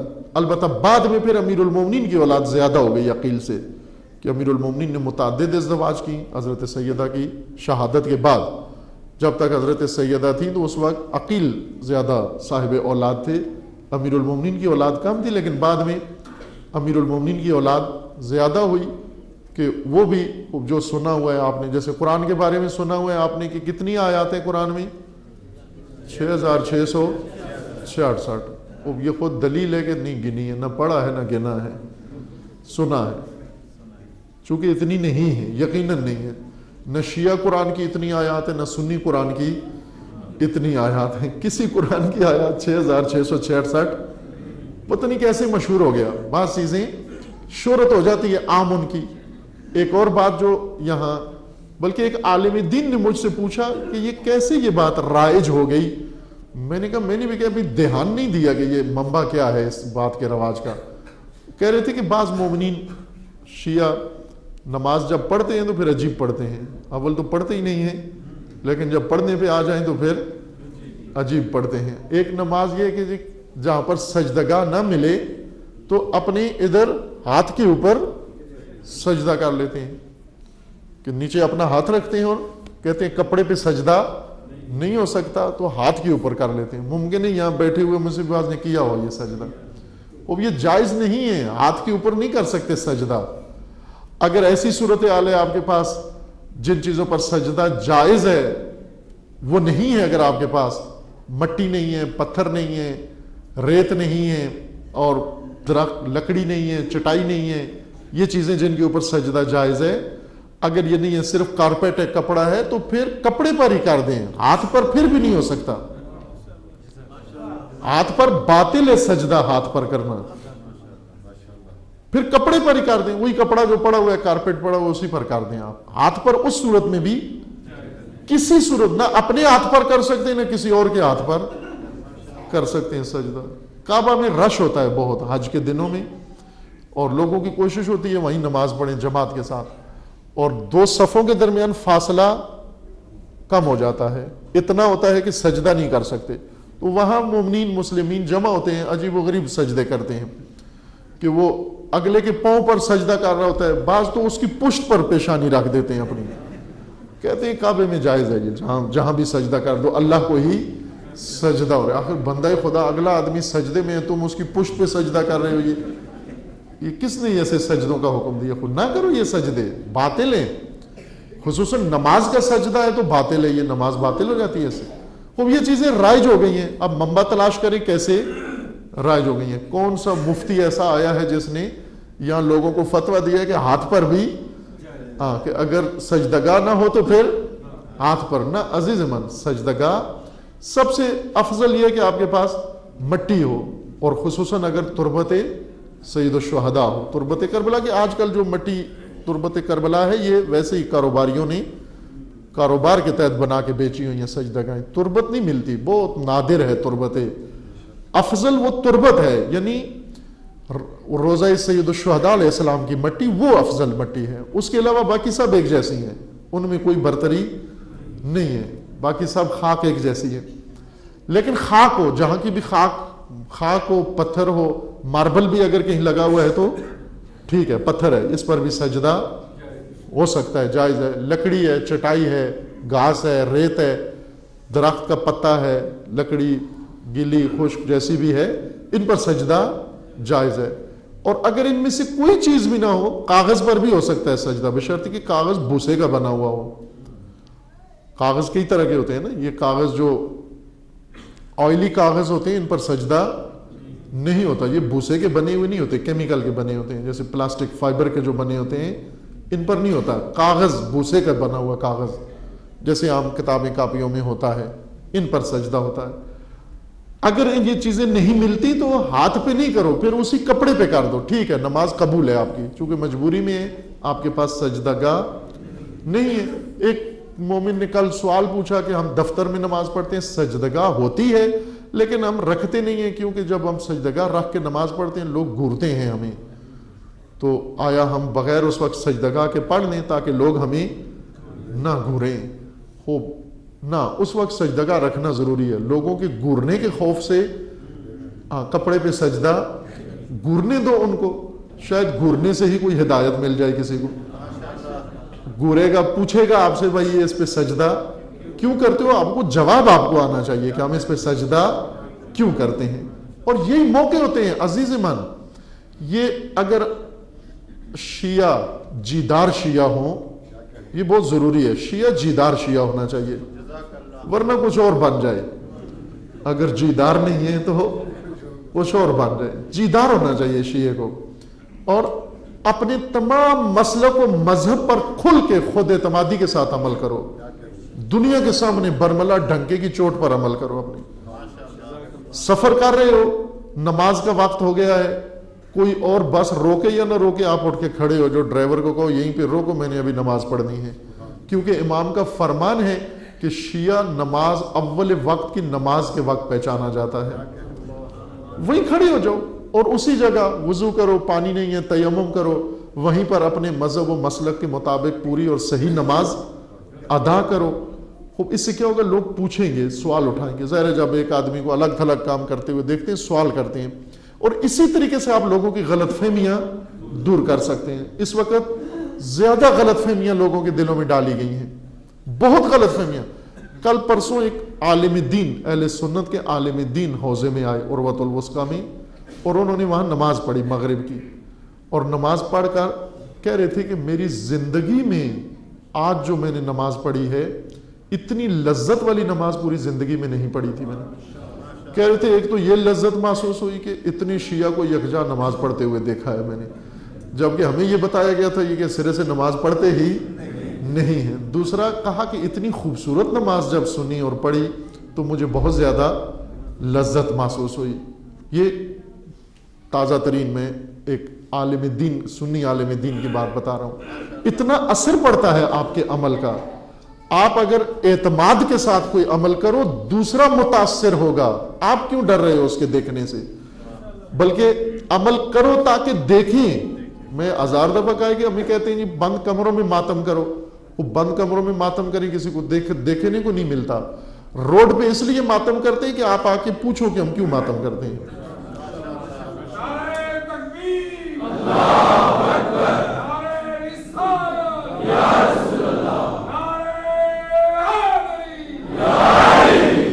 ڈرو مت، خوف دور کرو اپنا۔ اسکول میں ہو، بچوں کو بتاؤ آپ کے بچے اسکولوں میں نماز پڑھیں، سجدگاہ کے ساتھ نماز پڑھیں، صحیح نماز سکھاؤ ان کو، بلند آواز سے نماز پڑھیں۔ البتہ یہ مرد بھی زنانہ نماز پڑھتے ہیں اکثر، مغرب عشاء اور صبح کی نماز مرد کو پہلی دونوں رکعتیں بلند آواز سے پڑھنی چاہیے، لیکن آپ مردوں کو بھی دیکھیں جا کے پڑھتے ہیں، عورتوں کی طرح زیر لب پڑھ رہے ہوتے ہیں۔ مثلا کہ نماز نیت کر کے کھڑے ہو جائیں گے، آواز بلند آواز سے پڑھو، بسم اللہ الرحمن الرحیم الحمدللہ رب العالمین، پوری مسجد سنے کہ کوئی نماز پڑھ رہا ہے۔ خوب ممکن ہے وہ آئے آپ کو آ کر سوال کرے، اس وقت آپ کو موقع مل گیا اس کی ذہن کو صاف کرنا۔ اس وقت ہر شیعہ مبلغ بنے مکتب و مذہب تشیع کا۔ عزیزان، لوگ جاہل ہیں، بے خبر ہیں، پاکستانی قوم اچھی قوم ہے لیکن بے خبر قوم ہے، بے خبر، اطلاع نہیں ہے ان لوگوں کو، غلط فہمیوں سے ان کے ذہن بھر دیے گئے ہیں۔ وہ لوگ جن کے ذہنوں میں غلط فہمیاں ڈال دی گئی ہیں، ہمارا کام ان سے جھگڑنا نہیں ہے، ہمارا کام ان کی غلط فہمیوں کو دور کرنا ہے، اور اگر ان کی غلط فہمیاں دور ہو جائیں یہ آپ کے مخالف نہیں بلکہ آپ کے ساتھی ہوں گے یہ سارے، اور یہ اسی طرح موقع ملتا ہے آپ کو۔ اب ظاہر ہے فرض کریں میں ایک طالب علم اس اہلیہ کے ساتھ، وہ جو دور سے بھاگ جاتے ہیں دیکھ کر کے یہ تو شیعہ ہے پتہ نہیں کیا کہے گا، لیکن آپ ان کے ساتھ دن بھر دفتروں میں، مارکیٹوں میں، جہاں پر بھی ہو، ان کے سامنے ان کو ضروری نہیں کہ آپ اپنا فرقہ وارانہ موضوع چھیڑ دو نا، اپنی دلیری کے ساتھ اپنے مسلک پر عمل کرو، آپ دلیری کے ساتھ عمل کرو. اور بہترین وقت نماز، 5 وقت ملتے ہیں آپ کو تبلیغ تشیع کے لیے، 5 ٹائم، اور وہ ہے نماز کا وقت.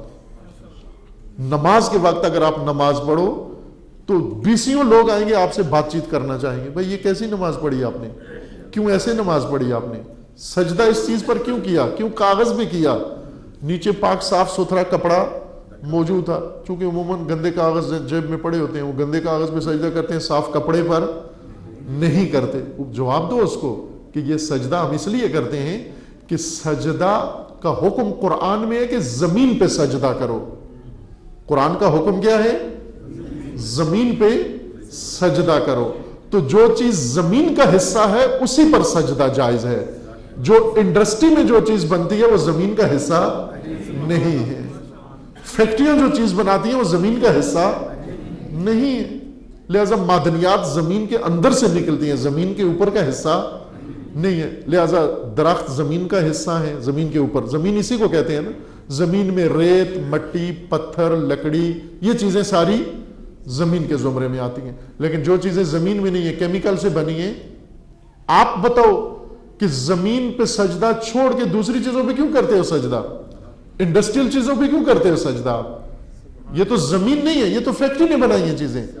فیکٹری کی چیز، بنی ہوئی چیز پر سجدے کے لیے آپ آیت پیش کرو، حدیث پیش کرو. آپ دیکھیں لینے کے دینے پڑے ہوئے ہیں، ہمیں اپنے مذہب سے آشنا نہیں ہے. سجدگاہ رکھ کے پڑھتے ہوئے شرم آتی ہے کہ اب میں کیسے سجدگاہ رکھوں. مثلا جیدار بنو، کرو یہ کام. یہ علامتیں ہیں آپ کی، یہ پہچان ہے تشیع کی. آپ تاریخ سے، اپنے دین سے، اپنے مکتب سے آشنا ہوں، آگاہ ہوں. آپ بعض شریعتیں ہیں جو خود ہی بنا کے رائج ہو گئی ہیں، معروف کرا دی گئی ہیں.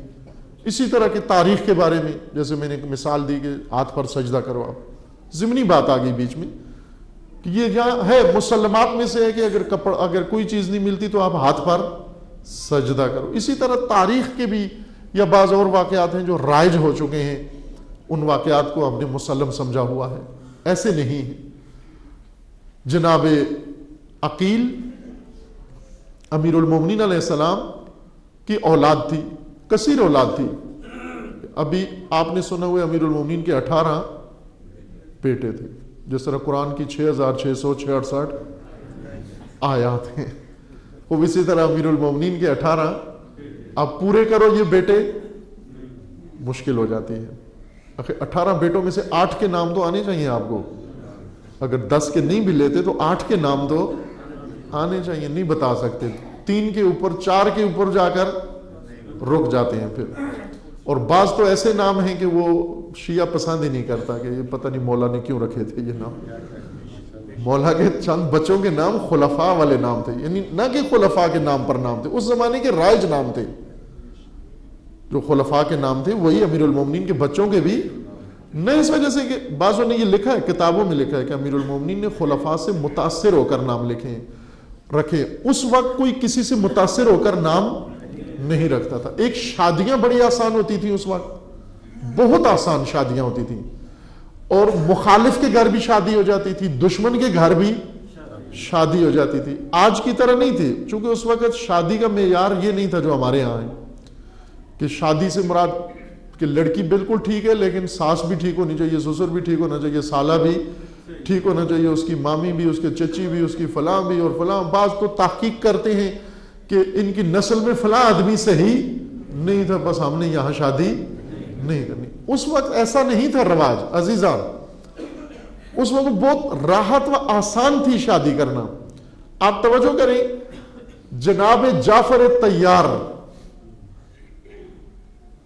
انہوں نے شادی کی ایک محترمہ بڑی معزز خاتون سے. وہ خاتون جناب جعفر طیار شہید ہوئے، اس بیوہ سے خلیفہ اول نے شادی کر لی. خلیفہ اول فوت ہوئے، اسی محترمہ سے امیر المومنین نے شادی کر لی. وہ ایک خاتون جو 2 دفعہ اہل بیت کی بہو بن چکی ہیں. مشکلات نہیں تھی اس وقت شادی کی اس طرح سے، اتنی حساسیت نہیں تھی جتنی آج موجود ہے کہ شادی صرف لڑکی اور لڑکے کی ہوتی تھی، باقی کسی کا اس میں کوئی دخل نہیں ہوتا تھا. وہ اتنا بٹھا کے نہیں رکھتے کہ لڑکی ڈپلومہ کر لے اور لڑکا گاڑی خرید لے اور 35 سال کا ہو جائے تو پھر نہ. وہاں اتنی آسان تھی شادی کرنا، مشکلات نہیں تھی. اور ایسے ہی ہونا چاہیے، کاش ایسے ہو جائے کہ یہ جوان جو بوڑھے ہو رہے ہیں لڑکیاں لڑکے، ان کے کچھ شرائط ماں باپ نے، کچھ سماجی، کچھ رسومات، کچھ ادھر کچھ ادھر. شادیاں تو دلہے دلہن تو اور بات ہے، مردے یہاں انتظار میں رہتے ہیں رسومات کی. کئی دن مردے بٹھا کے رکھتے ہیں، جی ایک نے آسٹریلیا سے آنا ہے جنازے میں، آخری دیدار کے لیے آنا ہے. زندگی بھر اس نے دیدار اس کو بتاتے رہے بیمار ہیں، ایک فون ہی کر دو، فون نہیں کیا اس نے، ابھی جنازہ رکوا کے بیٹھا ہوا ہے کہ مجھے آنا ہے. رسومات کے قائل ہیں، رسومات کے پابند ہیں، جو شریعت کے حکم کے خلاف ہے. جو ہی کوئی فوت ہوتا ہے فوراً اس کو دفن، جو ہی فوت ہوتا ہے فوراً غسل دو اس کو، تاکہ اس سے پہلے کہ اس کا بدن ٹھنڈا ہو جائے اور مومن اس کو چھوئیں اور سب پر غسل مسے میت واجب ہو جائے، جو آتا بھی نہیں ہے کسی کو کرنا. میت کو چھوتے رہتے ہیں، پھر اس کے بعد غسل بھی نہیں کرتے. فوراً میت کو غسل دو، اور غسل دیتے ہی جو آ گئے ہیں کافی ہیں، جو نہیں آئے انہیں کہنا قبر پہ آ کے فاتحہ پڑھ لینا. فوراً جا کے میت کو دفن کرو. بے حرمتی ہے اتنی دیر تک میت کو رکھنا. مگر یہ کہ جیسا علماء نے کہا ہے کہ کوئی بہت بڑی شخصیات ہیں اور جن کا جنازہ کوئی حیثیت رکھتا ہے دین یا اسلام کے لیے، ان کا ایک الگ حکم ہے. لیکن جو معمولی ہیں جن کے لیے کوئی اتنا نہیں ہے، ان کو نہ رکھ کرو اس طرح سے، انتظار میں نہ رکھو کہ کئی دن یا کئی ہفتے سرد خانے میں ان کو رکھو گے. بیٹی فلاں جگہ سے آ رہی ہے، بیٹا فلاں جگہ سے آ رہا ہے اور وہ آئیں گے تو ان کو دفن کریں گے. یہ وہ چیزیں ہیں جو یہاں کی لوکل شریعت بن گئی ہے اور مسلمات میں سے ہیں. شریعت الہی کو توڑ دیتے ہیں تاکہ شریعت پاکستانی بچ جائے، اس پر عمل ہو جائے. شادیاں بہت آسان تھی، لہذا یہ عزیزان جو عرض کیا کہ اولاد اہل بیت فراوان ہیں، لیکن عدد کسی شیعہ کو معلوم نہیں ہے. وہی 666 اور 18 بیٹے ذہن میں ہیں. سید الشہداء کی کتنی اولاد تھی؟ ایک شیعہ نے مومن نے مجھے بتایا، ایک غیر مذہبی سیاستدان کی زبانی جو شیعہ نہیں تھا، معروف شخصیت، عرض نہیں نام لے لوں میں، وہ چونکہ نہیں ہے ابھی دنیا میں یہاں پر. یہ نواب اکبر بھگٹی جن کو مارا جرنیل نے، کیس بنا ہوا ہے ان کے اوپر. ایک مومن آئے میرے پاس، کہنے لگے کہ میں نواب اکبر بھگٹی سے جا کے ملا اور اس نے مجھے ایک بات بتائی اور اس نے کہا کہ تم شیعہ ہو اور تمہیں پتہ نہیں ہے. میں نے کہا نہیں مجھے پتہ ہے. کہتا ہے میں شرط لگاتا ہوں تمہیں پتہ نہیں ہے. اور اس کے بعد شرط لگا کر اس نے کہتا ہے مجھے بات بھی بتائی اور کتاب بھی نکال کر دکھائی اور میں واقعاً اس کے سامنے شرمندہ ہو گیا. کہتے کیا بات تھی؟ میں نے پوچھا کیا بات تھی؟ کہتے ہیں کہ اس نے مجھے کہا کہ سید الشہداء علیہ السلام کی جو بیٹیاں تھیں، بچیاں تھیں، ان میں ایک جناب سکینہ تھی، ایک جناب فاطمہ تھی اور ایک جناب رقیہ تھی. رقیہ سب سے چھوٹی تھی جو 3 ماہ کی بچی ہیں، جن کا ابھی شام میں مزار ہے. اس مزار کے اوپر بھی یہی لکھا ہوا ہے، حضرت رقیہ لکھا ہوا ہے نا، رقیہ بنت حسین. اور حضرت سکینہ یہ امام حسین علیہ السلام کی سب سے بڑی بیٹی تھی، یہ بھی کربلا میں تھی. لیکن چھوٹی کا نام سکینہ نہیں تھا، چھوٹی کا نام رقیہ تھا، سب سے بڑی کا نام سکینہ تھا. وہ شیعہ نے پہلی دفعہ، چونکہ مجلس میں تو اور سنتا رہا ہے، ابھی ایک غیر مذہبی سیاستدان سے یہ سن رہا ہے. عجیب بات، حیران ہوا. اس نے کہا ایسے ہو نہیں سکتا. کہتا ہے اس نے کتاب نکال کے دکھائی کہ یہ جس نے بتایا یہ ایڈوکیٹ تھے، یہ وکیل تھے، شہید ہو گئے، خدا رحمت کرے انہیں. کہا انہوں نے مجھے یہ حوالہ بھی دیا، ساتھ ریفرنس بھی دیا. میں نے کہا میں مانتا نہیں ہوں، یہ تیری کتاب پر بھی مجھے اتنا ایمان نہیں ہے، تو نے خود ہی پتہ نہیں کہیں سے لکھوا لی ہے، کیا کیا ہے، ہم نے تو آج تک یہ سنا کچھ اور. اس نے کہا تمہارا قصور یہی ہے کہ تم صرف سنتے ہو، پڑھتے نہیں ہو. آپ اپنے مذہب کی کسی بھی کتاب میں جا کر، اب وہ آئے کہنے لگے کہ میں نے کہا جب اس شخص نے آپ کو کتاب کا حوالہ دیا ہے تم پھر پوچھنے آ گئے ہو. وہ کم از کم کسی کتاب کو جا کے اٹھاتے، دیکھتے، آپ بھی حوالہ دیتے. تم فوراً پوچھنے آ گئے ہو. بہتر یہ ہوتا کہ مجھ سے پوچھنے کے بجائے کوئی تاریخ کی کتاب اٹھا کے دیکھتے کہ آیا وہ شخص صحیح کہہ رہا ہے یا غلط کہہ رہا ہے. اپنے مذہب کی مستند کتاب اٹھا کے دیکھتے. خب جتنی بھی مقاتل کی کتابیں ہیں سب میں امام حسین علیہ السلام کی اولاد کا بھی ذکر موجود ہے مستند. شیخ مفید نے ذکر کیا ہے. شیخ مفید سب سے مستند کتاب شیخ مفید کی ہے, مقتل کی الارشاد, جو حصہ امام علیہ السلام کے بارے میں. اس کے علاوہ دیگر بزرگوں نے لکھا ہے. خب انہی میں جا کر دیکھو, غور کرو کہ کیا لکھا ہوا ہے. اور وہ اسی طرح کیا, انہوں نے وہ کتاب پڑھی, کہتے ہیں تو ساری کتابوں میں ایسے لکھا ہوا ہے.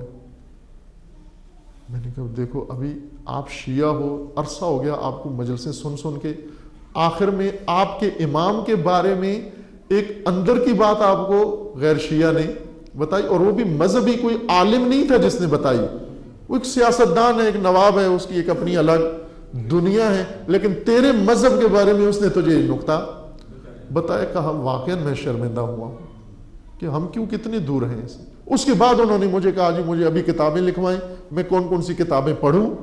پھر چند کتابیں لکھوائیں, انہوں نے مطالعہ شروع کیا. بعد میں خدا نے ان کو اپنے پاس بلا لیا, وہ شہید ہو گئے, وہ بزرگوار ایڈوکیٹ, خدا رحمت کرے انہیں. اب یہ ہے حقیقت, ہمیں معلوم نہیں ہے. قرآن کی آیاتیں 6666 گھروں میں تو ہے نا قرآن, جا کے گن لینا, اتنی آسان ہے گننا. آپ دیکھیں سورہ ساری آیات کو گننا ضروری نہیں ہے, ساری سورہ کی آیات ہیں. مثلا سورہ فاتحہ کی کتنی آیات ہیں؟ 7. بقرہ کی 286. اسی طرح ہر سورہ کے اینڈ میں جا کر دیکھیں تو عدد لکھا ہوا, اس کو جمع کریں تو آپ کو پتہ چل جائے گا قرآن کی آیات کتنی ہیں. میرے خیال میں 5 منٹ لگیں گے. آپ 114 صورتیں ہیں, 114 صورتیں, ان کے اینڈ والا فگر دیکھ کے ان کو جمع کرو, عدد آ جائے گا, اور پھر آپ کو پتہ چلے گا 6666 نہیں. لیکن ایمان ہمارا اسی بات پر. کیا یہ بات ہمیں جگانے کے لیے کافی نہیں کہ شاید باقی بھی جو سنا ہوا ہے ایسا ہی ہوگا؟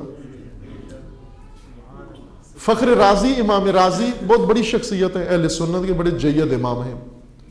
امام فخر رازی جن کی تفسیر کبیر ہے, اور واقعی عالم ہیں حقیقتاً, بڑا ذوالفنون, امام المشککین ان کو کہتے ہیں, کہ کوئی چیز اللہ سے لے کر قیامت تک کوئی موضوع چھوڑا نہیں جس میں شک نہ کیا ہو. انہوں نے ہر چیز کے بارے میں شک کیا. ہمارے استاد بزرگوار خدا انہیں سلامتی عطا کرے, وہ یہ فرماتے تھے کہ عجیب ہے یہ امام رازی کہ توحید سے لے کر معاد تک کوئی موضوع ایسا چھوڑا نہیں جس میں امام رازی میں شک نہ کیا ہو, اور صرف ایک موضوع میں آ کر یقین و قاطعیت کے ساتھ کہا کہ اس میں کوئی شک و شبہ نہیں ہے, اور وہ ہے عصمت حضرت زہرا سلام اللہ تعالی علیہ.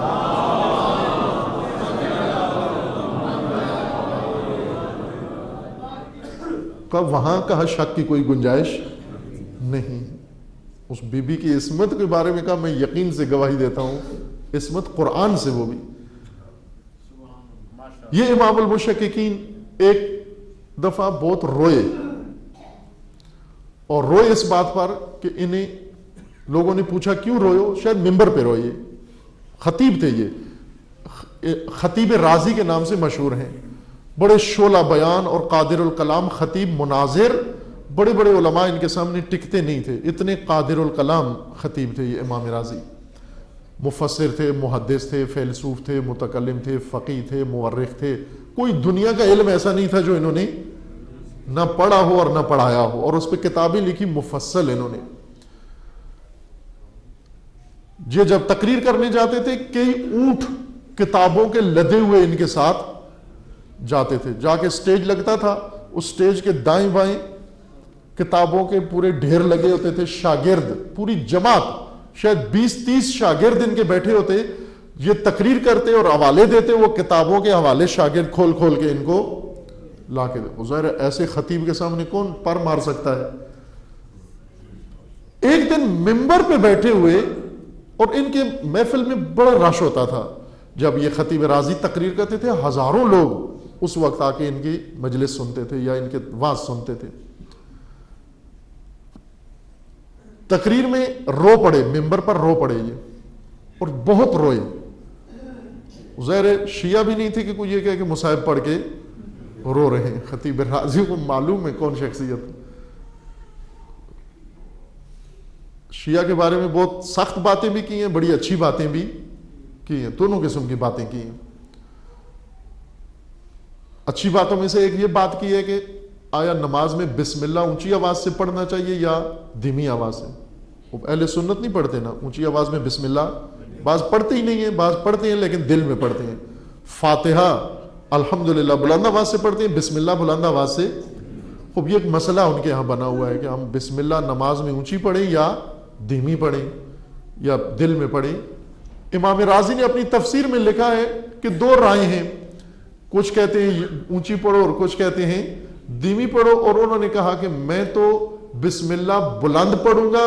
کیوں؟ اس لیے کہ میرے مولا و امام و آقا علی ابن ابی طالب اونچی پڑھا کرتے تھے. برائے خوشنودی بھائی بن مفتی علیہ السلام بلند تر صلوات.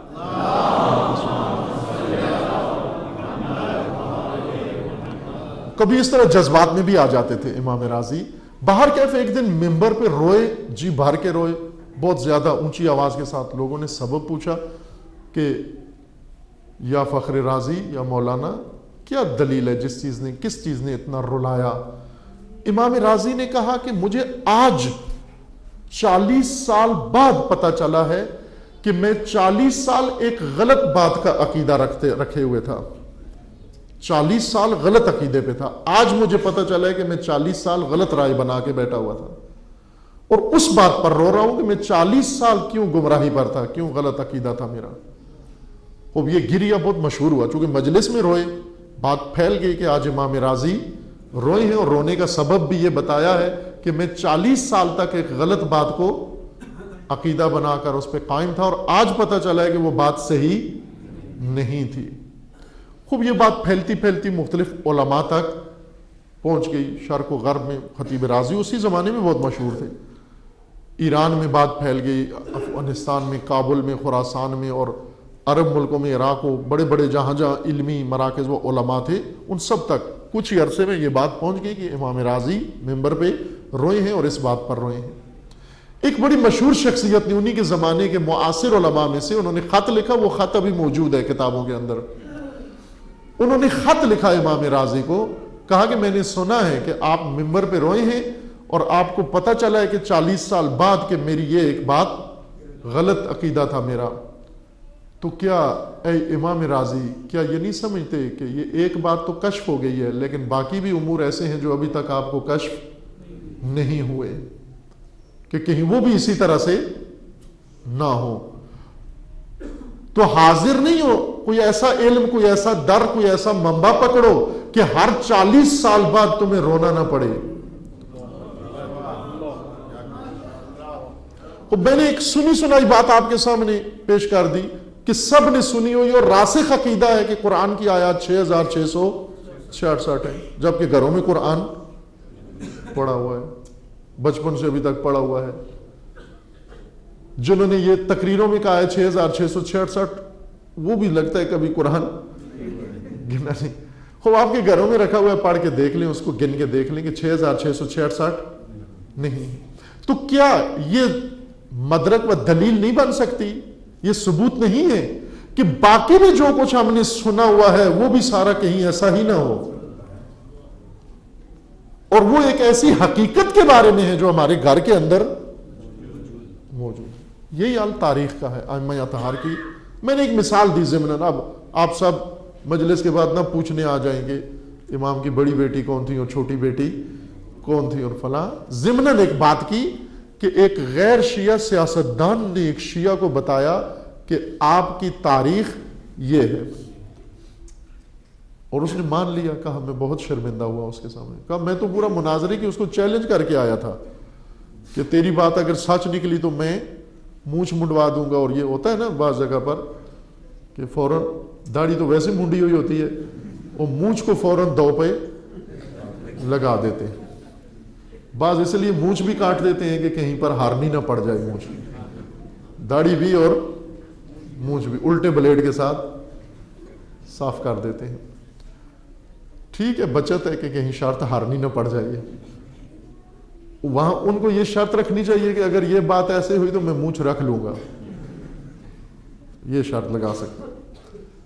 تاریخ ہے، مستند تاریخ موجود ہے کتابوں کے اندر، ائمہ اہل بیت کی اولاد تھی، امیر المومنین کی اولاد، ان میں جعفر طیار، جناب عقیل و امیر المومنین، 3 مشہور شخصیات ہیں اولاد حضرت ابو طالب علیہ السلام میں، بیٹیاں بھی تھیں اور یہ بیٹے تھے۔ ان میں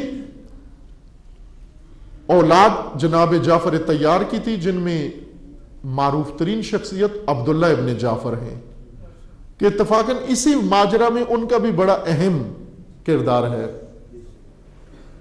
سائیڈ کا، حاشیے کا کردار ہے لیکن اہم کردار ہے، کہ ابھی وقت نہیں میں ان کی طرف آؤں، آگے شاید آ جائے ہماری بات جب یہ سلسلہ، چونکہ عرصے سے یہ سلسلہ جو آپ کی خدمت میں پیش ہو رہا ہے، امام کا مکے میں خط، یہ عرصے سے شروع ہے، تفسیر خطبات امام حسین علیہ السلام کے عنوان سے۔ مدینہ سے امام نے پہلا خطبہ دیا، پھر مدینے کے اندر دوسرا، تیسرا، پھر مدینے سے باہر اور مکہ میں، اور اب ہم پہنچے کوفہ کے خطوط کے جواب میں۔ یہ اس سیریز کا حصہ ہے، اس سلسلے کا حصہ ہے۔ یہ آگے چل کر تذکرہ آئے گا جناب عبداللہ ابن جعفر کا، وہاں ان کی شخصیت کے بارے میں عرض ہوگا۔ امام علیہ السلام عہد امامت سے پہلے سید الشہداء علیہ السلام عبداللہ ابن جعفر سے زیادہ قریب تھے، دوستی بھی تھی اور رشتہ داری بھی تھی، اور بہت مورد اعتماد تھے۔ عبداللہ ابن جعفر جناب زینب سلام اللہ علیہا کے شوہر نامدار اور حضرت ابی عبداللہ حسین علیہ السلام، آپس میں اتنی زیادہ صمیمیت، قرب تھا کہ جہاں بھی نظر آتے اکٹھے نظر آتے، نماز اکٹھے نظر آتے، سفر پہ اکٹھے ہوتے، حضر میں اکٹھے ہوتے، جہاں بھی نظر آتے اکٹھے نظر آتے۔ خصوصاً عہد امام حسن میں، عہد امیر المومنین میں امام حسین علیہ السلام کا زیادہ قرب انہی کے ساتھ تھا، عبداللہ ابن جعفر کے ساتھ تھا۔ لیکن عہد امامت میں جب سید الشہداء علیہ السلام کا اپنا عہد امامت شروع ہوتا ہے، اس عہد امامت میں جناب مسلم ابن عقیل زیادہ مورد اعتماد ہیں سید الشہداء علیہ السلام کی۔ بہت سارے مقامات پر جناب مسلم ابن عقیل کو اہم کام سید الشہداء نے سونپے۔ مسلم ابن عقیل عمر میں چھوٹے تھے سید الشہداء سے، عبداللہ ابن جعفر ہم عمر تھے امام حسین علیہ السلام کے، مسلم ابن عقیل چھوٹے تھے، جناب عقیل کی اولاد، لیکن قابل اعتماد و مورد اعتماد و ثقہ، جس طرح یہاں پر لکھا ہوا ہے قد بعثت علیکم الیکم، امام فرما رہے ہیں اہل کوفہ کو کہ میں تمہاری طرف مبعوث کر رہا ہوں، بھیج رہا ہوں، روانہ کر رہا ہوں، اخی اپنے بھائی، وابن امی اپنے چچا کے بیٹے، وثقتی اور اپنے مورد وثوق اور قابل اعتماد شخصیت کو، من اہل بیتی اور اہل بیت سے۔ 4 صفات ذکر کی ہیں جناب مسلم ابن عقیل کی، ایک بھائی ہیں، ابن ام ہیں اور ثقہ ہیں، ثقہ یعنی قابل اعتماد، قابل بھروسہ، اور چوتھی صفت یہ کہ میرے اہل بیت میں سے ہیں، رشتہ دار بھی ہیں میرے۔ یہ ایسی شخصیت آپ کی طرف بھیج رہا ہوں، مسلم ابن عقیل، عقیل کے فرزند جناب مسلم کو بھیج رہا ہوں میں آپ کے پاس۔ جناب مسلم کے چند بھائی تھے مدینہ کے اندر، کچھ بھائی جناب سید الشہداء کے ساتھ آئے، کربلا میں شہید ہوئے، کچھ نہیں آئے، کچھ وہیں پر مدینہ میں قائم رہے۔ وَأَمَرْتُهُ أَن يَكْتُبَ عَلَيَّ بِحَالِكُمْ، میں نے اپنے اس نمائندے کو امر کیا ہے، مامور کیا ہے کہ وہاں جا کر تمہارا حال پرکھے اور پھر مجھے لکھیں۔ وَأَمْرِكُمْ، تمہارے امور، تو ہمارے معاملات، یہ مجھے تو پرکھیں، دیکھیں، مشاہدہ کریں اور پھر مجھے لکھیں۔ وَرَأْيِكُمْ، اور تمہاری رائے جا کر دیکھیں اور پھر مجھے لکھیں۔ کاتبہ الیہ، کہ میں نے حکم دیا کہ مجھے لکھیں یہ سب کچھ۔ یہ 3 ماموریتیں ہیں مسلم ابن عقیل کی، ایک کہ ان کا حال، ان کے امور و معاملات اور ان کے آراء و افکار، یہ 3 چیزیں کوفیوں کی مجھے لکھو کہ اس وقت ان کے حالات کیا ہیں، ان کے امور و معاملات کیا ہیں، اور ان کے آراء اور افکار کیا ہیں کوفیوں کے۔ خوب توجہ فرمائیں کہ جس طرح میں نے عرض کیا تھا کہ کوفہ میں شیعہ بھی تھے، لیکن شیعہ خود ہی ٹولیاں و گروپ و انجمنیں بنا کے اپنی قیادت و لیڈرشپ بنا کر کوفہ میں خود ہی لگے ہوئے تھے، امام سے کوئی رابطہ نہیں تھا۔ خود انہوں نے امام کو لکھا کہ انہ لیس علینا امام، ہمارا کوئی امام نہیں ہے، اور امام ان کو لکھ رہے ہیں کہ میں نمائندہ بھیج رہا ہوں جو مجھے تمہارے حالات سے آگاہ کرے۔ یہ دلیل ہے اس بات پر کہ کوفہ میں موجود تشیع مربوط نہیں تھا امام حسین علیہ السلام کے ساتھ، ورنہ امام کو نمائندہ بھیجنا نہ پڑتا، چونکہ پتا تھا اگر روز کوفیوں کا رابطہ ہوتا اور کوفی امام کو امام مانتے اور امام کی حیثیت سے قبول کرتے، وہ تمام امور امام سے پوچھ کر انجام دیتے اور اپنی لوکل قیادت نہ بناتے اور امامت کے اوپر ایمان ہوتا، امام کو نمائندہ بھیجنے کی ضرورت نہیں تھی۔ امام نے نمائندہ بھیجا کہ جو جا کر ان کے حالات، ان کے امور اور ان کے آراء و افکار سے مجھے آگاہ کرو۔ آپ جناب مسلم چلے گئے یہ خط لے کر، لیکن یہ خط ابھی جاری ہے۔ امام فرما رہے ہیں کہ مسلم میرا نمائندہ آئے گا، تمہارے حالات کا جائزہ لے گا، تمہارے معاملات دیکھے گا، تمہاری آراء دیکھے گا۔ فَإِن كَتَبَ إِلَيَّ، اگر مسلم نے لکھ بھیجا مجھے، أَنَّهُ قَدْ أَجْمَعَ رَأْيُ مَلَائِكُمْ، کہ تمہارے جو وڈیرے ہیں، سردار ہیں، بڑے سرغنے و سرکردہ، ان سب کی رائے ایک ہے، جو قبائل کے بڑے ہیں ملا، یہ ایک رائے رکھتے ہیں۔ وَذَوِي الْفَضْلِ وَالْحِجَى مِنْكُمْ، اور خصوصاً ذوی الفضل والحجا، کہ کوفہ کے اندر امام نے بتایا جناب مسلم ابن عقیل کو کہ تم نے جا کر ملنا ہے، ایک ان کے ملا کو جا کر ملنا ہے، ان کی حالات، ان کی آراء، افکار اور ان کے معاملات اور امور، ان کی سرگرمیوں سے مجھے آگاہ کرنا ہے کہ یہ کیا کر رہے ہیں۔ اگرچہ انہوں نے خطوط میں سب لکھا ہے، لیکن آپ آنکھوں سے جا کر دیکھو اور پرکھو۔ اور فرمایا کہ اگر ان کے بڑے سردار، بڑے سرغنے سرکردہ لیڈر ان کے ایک ہوئے رائے پر، یہ مجھے بتاؤ۔ وَذَوِي الْفَضْلِ وَالْحِجَى، اور خصوصاً ان میں سے جو صاحب فضل و فضیلت اور صاحب عقل ہیں، ان کے ساتھ جا کر ضرور ملو۔ بعض مشہور تھے کوفہ کے اندر بے عقل قسم کے لوگ، شہرت تھی ان کی کہ یہ بے عقل ہے، مثلا جذباتی، بعض ایسے تھے کوفہ کے اندر جذباتی۔ سید الشہداء نے فرمایا جناب مسلم کو کہ جا کر پہلے ان کے عقل مندوں سے ملو، سمجھدار، سوجھ بوجھ والے، جن کے اندر کوئی فضل و کمال موجود ہے۔ ہلکی شخصیات، چھچورے لوگوں سے نہیں ملنا۔ وہ بس اوقات ہوتا ہے جائیں جا کر دیکھیں، مثلا کچھ ایسے لوگ ملیں جو ہلکے پن کا شکار ہوں، اور وہ آ کر آپ کو ایک کاذب فضا بنا کر بتائیں، اس کے دھوکے میں نہیں آنا۔ نمائندہ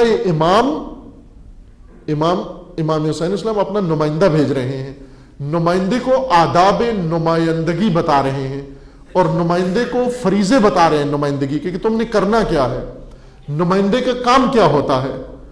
چونکہ کوفہ میں پہلے سے خود ساختہ لیڈر تھے، سلیمان خود لیڈر بنا ہوا تھا، امام حسین علیہ السلام کا نمائندہ نہیں تھا۔ امیر مختار خود لیڈر بنا ہوا تھا، امام کا نمائندہ نہیں تھا۔ اس کے علاوہ باقی چاندے کو خود نمائندے بنے ہوئے تھے، امام کے نمائندے نہیں تھے، وہ خود لیڈر بنے ہوئے تھے۔ انہوں نے خط لکھے، ان کی طرف امام نے نمائندہ بھیجا۔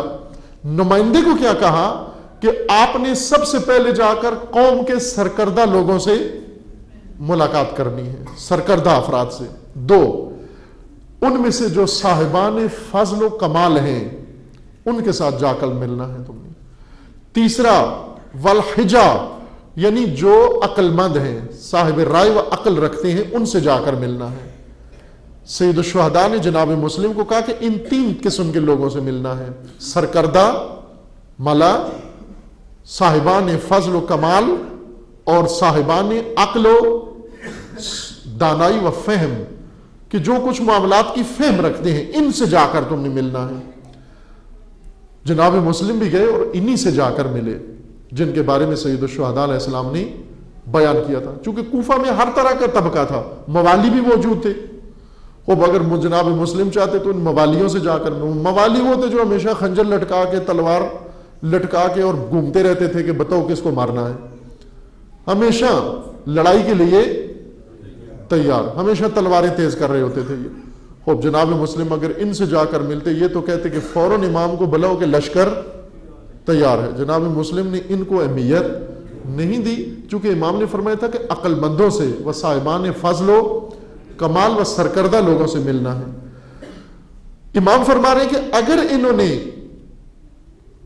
یہ بات مجھے, ظاہر جب بھی انسان بھیجتا ہے, چونکہ ممکن تھا کہ کچھ لوگ خط تو لکھیں, 12,000 خط آئے ہیں, 18,000 خط آئے ہیں, ان میں بہت سارے چاپلوس بھی ہیں, ان میں بہت سارے بنو امیہ کے بھی جاسوس ہیں یا طرفدار ہیں, ان میں بہت سارے دوسرے مسلک کے لوگ ہیں, بہت سارے آ جائیں گے خوش آمدی و چاپلوس.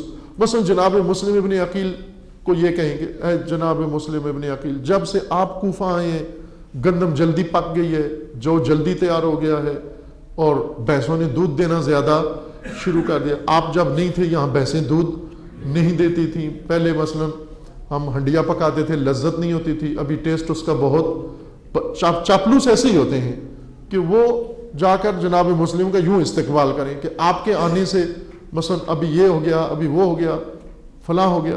امام نے فرمایا ان سے گریز کرنا, ان سے پرہیز کرنا, ان کے پاس نہ جانا چاپلوسوں کے پاس, کہ بعض اوقات ہو جاتا ہے کہ خود شخصیات کو, رہبروں کو یا ان کے نمائندوں کو ایسا طبقہ گھیر لیتا ہے جو انہیں اندھیرے میں رکھتا ہے, جو انہیں آگاہ نہیں ہونے دیتا. اس لیے سید الشہداء نے پہلے بتایا کہ کوفہ جا کر کیا کرنا ہے, کس سے ملنا ہے. ایسا نہ ہو کہ چاپلوس آپ کے گرد آ جائیں, اندھیرے میں رکھیں آپ کو.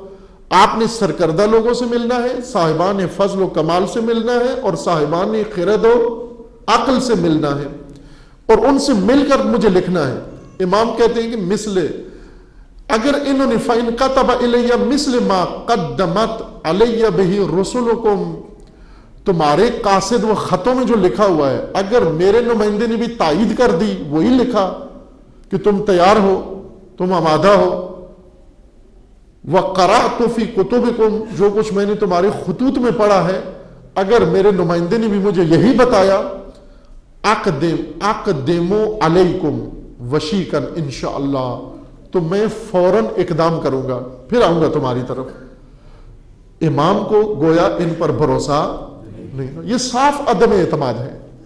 18,000 خط آئے ہیں, اور 18,000 خط پڑھ کے امام نے ایک طرف رکھ کر نمائندہ بھیجا کہ جو دیکھو جا کر جنہوں نے خط لکھے ان کے حالات سے مجھے آگاہ کرو, ان کی رائے و افکار سے مجھے آگاہ کرو, اور ان کے عقل مندوں سے ملو جا کر, ان کے صاحبان فضل و کمال سے ملو, ان کے سرکردہ لوگوں سے ملو, اور مجھے بتاؤ اگر ایسے ہی ہے جیسے آپ نے خط میں لکھا ہے تو میں تمہاری طرف آنے کے لیے تیار ہوں. توجہ فرمائیں, یہ ذہن میں رکھیں آخر تک کہ امام مدینہ سے کوفے کے لیے نہیں نکلے, امام مدینے سے یزید کی مخالفت کے لیے نکلے ہیں. کوفہ کے لیے یزید کے خلاف نکلے, اعلان کیا, قیام کیا مدینہ سے ہی کہ یزید کی حکومت مجھے قبول نہیں. کوفیوں کے کہنے پر مدینہ نہیں چھوڑا, اپنا فریضہ امامت سمجھ کر یزید کے طاغوت کی حکومت کے مقابلے میں امام نے قیام کیا. کوفی بیچ میں آئے, آ کر انہوں نے امام کو خط لکھے, اور ان خطوط کا جواب امام نے پہلا خط اس طرح سے دیا. اس کے بعد یہ جملہ ہے, یہ جو روزانہ سرنامہ کلام قرار دیا جائے, فلا امری مل امام الا العامل بالکتاب. امام نے فرمایا تم نے یہ بھی لکھا ہے کہ تمہارا کوئی امام نہیں ہے, تو تمہیں پتہ بھی تو ہو کہ امام ہوتا کیا ہے. اس کے بعد امام بتایا کہ امام کس کو کہتے ہیں, اور میں جو تمہاری طرف آؤں گا تو بحیثیت امام میں نے آنا ہے. اپنا منشور پہلے ہی امام نے بتا دیا کہ میں اس لیے تمہاری طرف آ رہا ہوں. خوب کوفیوں نے بیچ میں رائے بدل دی اپنی, جناب مسلم کو دھوکہ دیا, انہوں نے فریب دیا, کہ فریب کوفیوں کی ذات میں موجود تھا, فریب دینا ان کے لیے کوئی مشکل نہیں تھی. لہٰذا انہوں نے, کوفیوں نے فریب دیا. جناب مسلم گئے وہاں پر, ان سے ملے اور حالات سے سید الشہداء کو باخبر کیا. اور کہا کہ ایسے ہی ہے جیسے انہوں نے لکھا تھا، چونکہ جناب مسلم کے ہاتھ پر 18,000 آدمیوں نے بیعت کی، اور لشکر کی تیاری، فیکٹریاں لگیں، اسلحہ بننے لگا، خنجر، تلوار، ڈھالیں، اور پیسے جمع ہونے لگے، باقاعدہ تحریک نہضت چلی، اور کوفہ میں ایک سما بن گیا عبید اللہ کے آنے تک۔ جناب مسلم نے فوراً لکھ بھیجا کہ یہ ہر طرح سے تیار ہیں، دامیں، درمیں، سخنیں، قدمیں، کوفی مکمل تیار ہیں، چونکہ صبح و شام جناب مسلم کے سامنے آتے اور نعرے لگاتے، اور جوک در جوک، فوج در فوج، ہر قبیلہ آتا، آ کر بیعت کرتا، عہد وفاداری، اور تڑپتے، اور وہ کہتے کہ دیر کیوں ہو رہی ہے۔ ایک دباؤ جناب مسلم پہ یہ ڈالا ہوا تھا کہ امام حسین نے آنے میں دیر کیوں کر دی ہے، اور جناب مسلم کو کہتے تھے کہ آپ کی وجہ سے دیر ہو رہی ہے، آپ جلدی جلدی انہیں آگاہ نہیں کرے، فوراً کیوں نہیں انہیں کہتے کہ جلدی آئیں۔ اتنا دباؤ تھا جناب مسلم پر، وہ جناب مسلم نے خط لکھ دیا، اور خط لکھا جس دن یہ خط پہنچا امام کو، اسی دن ادھر عبید اللہ داخل ہوا، جناب مسلم کا خط پہنچا اور امام نے مدینہ ترک کیا، ادھر عبید اللہ داخل ہوا، اور عبید اللہ نے آ کر جناب مسلم کو شہید کر دیا، اور کوفی، یہی کوفی جنہوں نے بیعت کی، وہ خط لکھے، جناب مسلم کو بالکل تنہا چھوڑ دیا۔ پھر اس کے بعد یہ نظر نہیں کچھ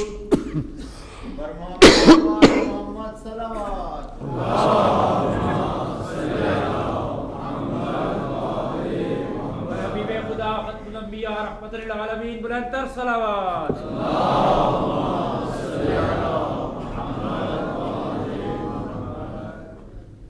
کچھ لوگ بنو امیہ کے حامی تھے، وہ بنو امیہ سے جا ملے، کچھ لوگ جو امام سے دور تھے ذہنی طور پر، وہ دور ہو گئے،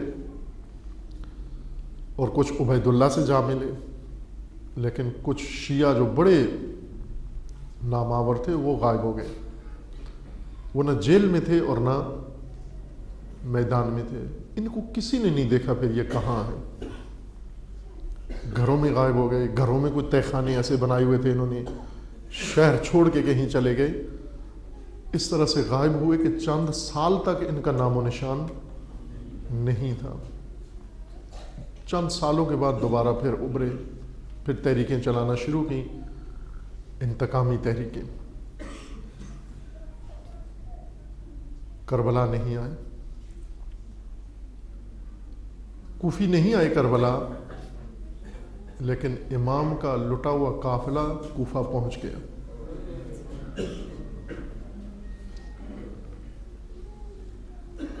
یہ نہیں آئے اہل بیت کا ساتھ دینے کے لیے، اہل بیت اسیر ہو کر کوفہ پہنچ گئے، اور یہ تاریخ کا قانون ہے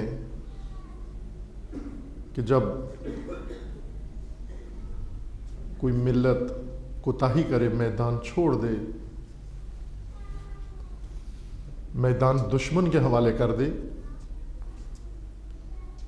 دشمن اس کے امام کو شہید کر کے اور اس کی آل کو اسیر کر کے تماشا بنا کر انہی کے بازار میں لے آتے ہیں۔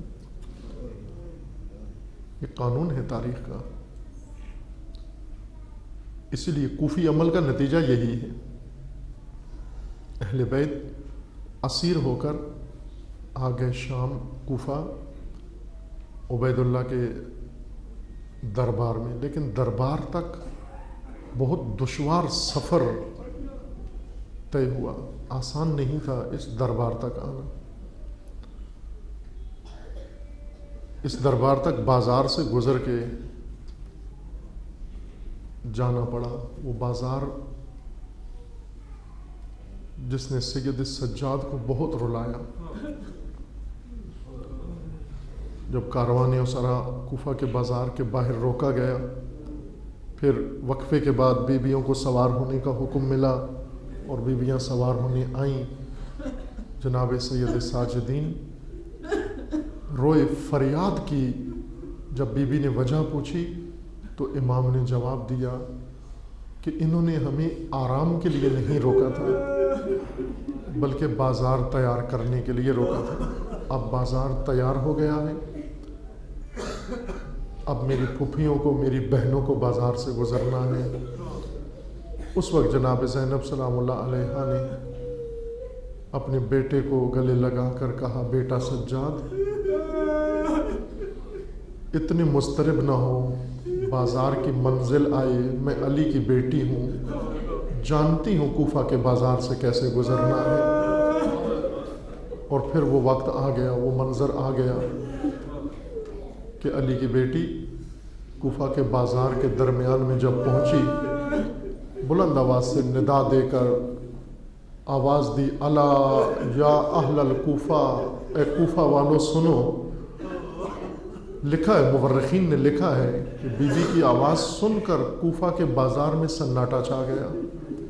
بازاروں میں شور ہوتا ہے، بازاروں میں شور شرابہ ہوتا ہے، اگر کوئی مرد بھی بازار کو چپ کرانا چاہے نہیں کرا سکتا، لیکن اس وقت جلال تھا علی کی بیٹی کا۔ اس آواز سے، اس انداز سے ندا دی، سناٹا چھا گیا۔ پھر خطبہ شروع کیا، اے مکارو، اے غدارو، اے ہزار چہرہ لوگو۔ بی بی نے وہ خطبہ دیا۔ خطبہ سن کر جب لوگ حیران ہوئے، پوچھنے لگا ایک نابینا خطبہ سن کر کہ مجھے یہ بتاؤ کون خطبہ دے رہا ہے؟ یہ خطبہ تو میرے مولا علی کا خطبہ لگتا ہے، یہ فصاحت، یہ بلاغت، یہ جلال، یہ تو میرے مولا کا خطبہ لگتا ہے، لیکن نسوانی آواز میں کون خطبے دے رہا ہے؟ جب قریب کھڑے انسان نے بتایا، ساتھی نے بتایا کہ اے نابینا، علی کی بیٹی خطبہ دے رہی ہے، رو کر کہتا ہے سبحان اللہ، میں تو سمجھا تھا میرے مولا کے بعد علی کا بیٹا امیر بن کر خطبے دے گا، کیا میرے مولا کا بیٹا نہیں ہے کوئی بھی جو بیٹی امیر بن کر خطبے دے رہی ہے؟ جواب دیا گیا، اے نابینا، مولا کی بیٹی امیر بن کے نہیں، اسیر بن کے خطبے دے رہی ہے۔ پوچھتا ہے مجھے بتاتے کیوں نہیں حقیقت؟ میرے مولا کی بیٹی اسیر کیسے ہو گئی؟ آرزو کرنے لگا، اے کاش میری آنکھیں ہوتی، میں بھی دیکھتا۔ جب اس نے یہ آرزو کی، جواب آیا، اے نابینا، اللہ کا شکر ادا کر، تیری آنکھیں نہیں ہیں، جو منظر ہم دیکھ رہے ہیں تو نہیں دیکھ رہا۔ اصرار کرتا ہے، مومنوں مجھے بتاتے کیوں نہیں، کیا دیکھ رہے ہو؟ مجھے بھی تو بتاؤ۔ اور جب بتانا شروع کیا، نابینا نے پیٹنا شروع کیا۔ جب بتانا شروع کیا، علی کی بیٹی کے سر پہ ردا نہیں ہے، ہاتھ پسے گردن بندھے ہیں، اور چھوٹے چھوٹے بچے ہیں جن کے سروں میں خاک پڑی ہوئی ہے، اور جن کے رخساروں پہ تماچوں کے نشان ہیں، جن کے کانوں سے خون رس رہا ہے۔ الا لعنت اللہ علی الظالمین۔ فَسَيَعْلَمُ الَّذِينَ ظَلَمُوا أَيَّ مُنقَلَبٍ يَنقَلِبُونَ اللهم بحق اسمك العظيم الأعظم الأعز الأجل الأكرم يا الله يا الله يا الله يا الله يا الله يا الله يا الله يا الله۔ خدا بندہ بحق محمد و آل محمد ہمارے اس قلیل سے ذکر کو اپنی بارگاہ میں قبول فرما، مومنین کے اس اخلاص و خلوص کو شرف قبولیت عطا فرما۔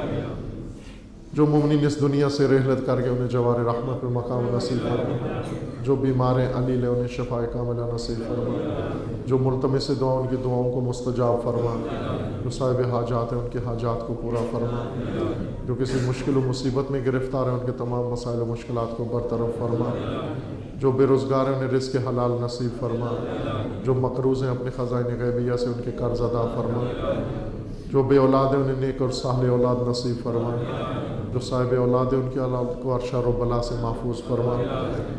پروردگارہ بحق محمد و آل محمد امت مسلمہ کو ظلم و ستم سے نجات عطا فرما، امت اسلامیہ کو ان فتنوں سے نجات عطا فرما، ان ظالمین کو ظلم و فتنوں سمیت نیست و نابود فرما، حزب اللہ کو کامیابی عطا فرما، سید مقاومت سید حسن نصر اللہ کی حفاظت فرما، رہبر معظم انقلاب اسلامی کا سایہ دراز فرما، انقلاب اسلامی کو دشمنوں کے شر سے محفوظ فرما، انقلاب اسلامی کو انقلاب امام زمان سے متصل فرما، مملکت پاکستان کی حفاظت فرما، اس ملک کو دشمنوں کے شر سے محفوظ فرما، ملک کے اندر امن و امان قائم فرما۔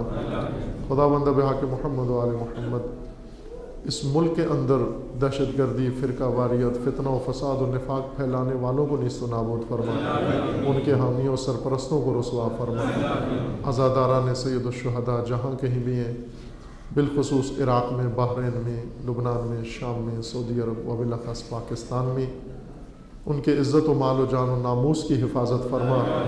دشمنان آزاداری و تشیع اگر قابل اصلاح نہیں انہیں نیست و نابود فرما۔ ملت تشیع کے اندر اتحاد و اتفاق قائم فرما۔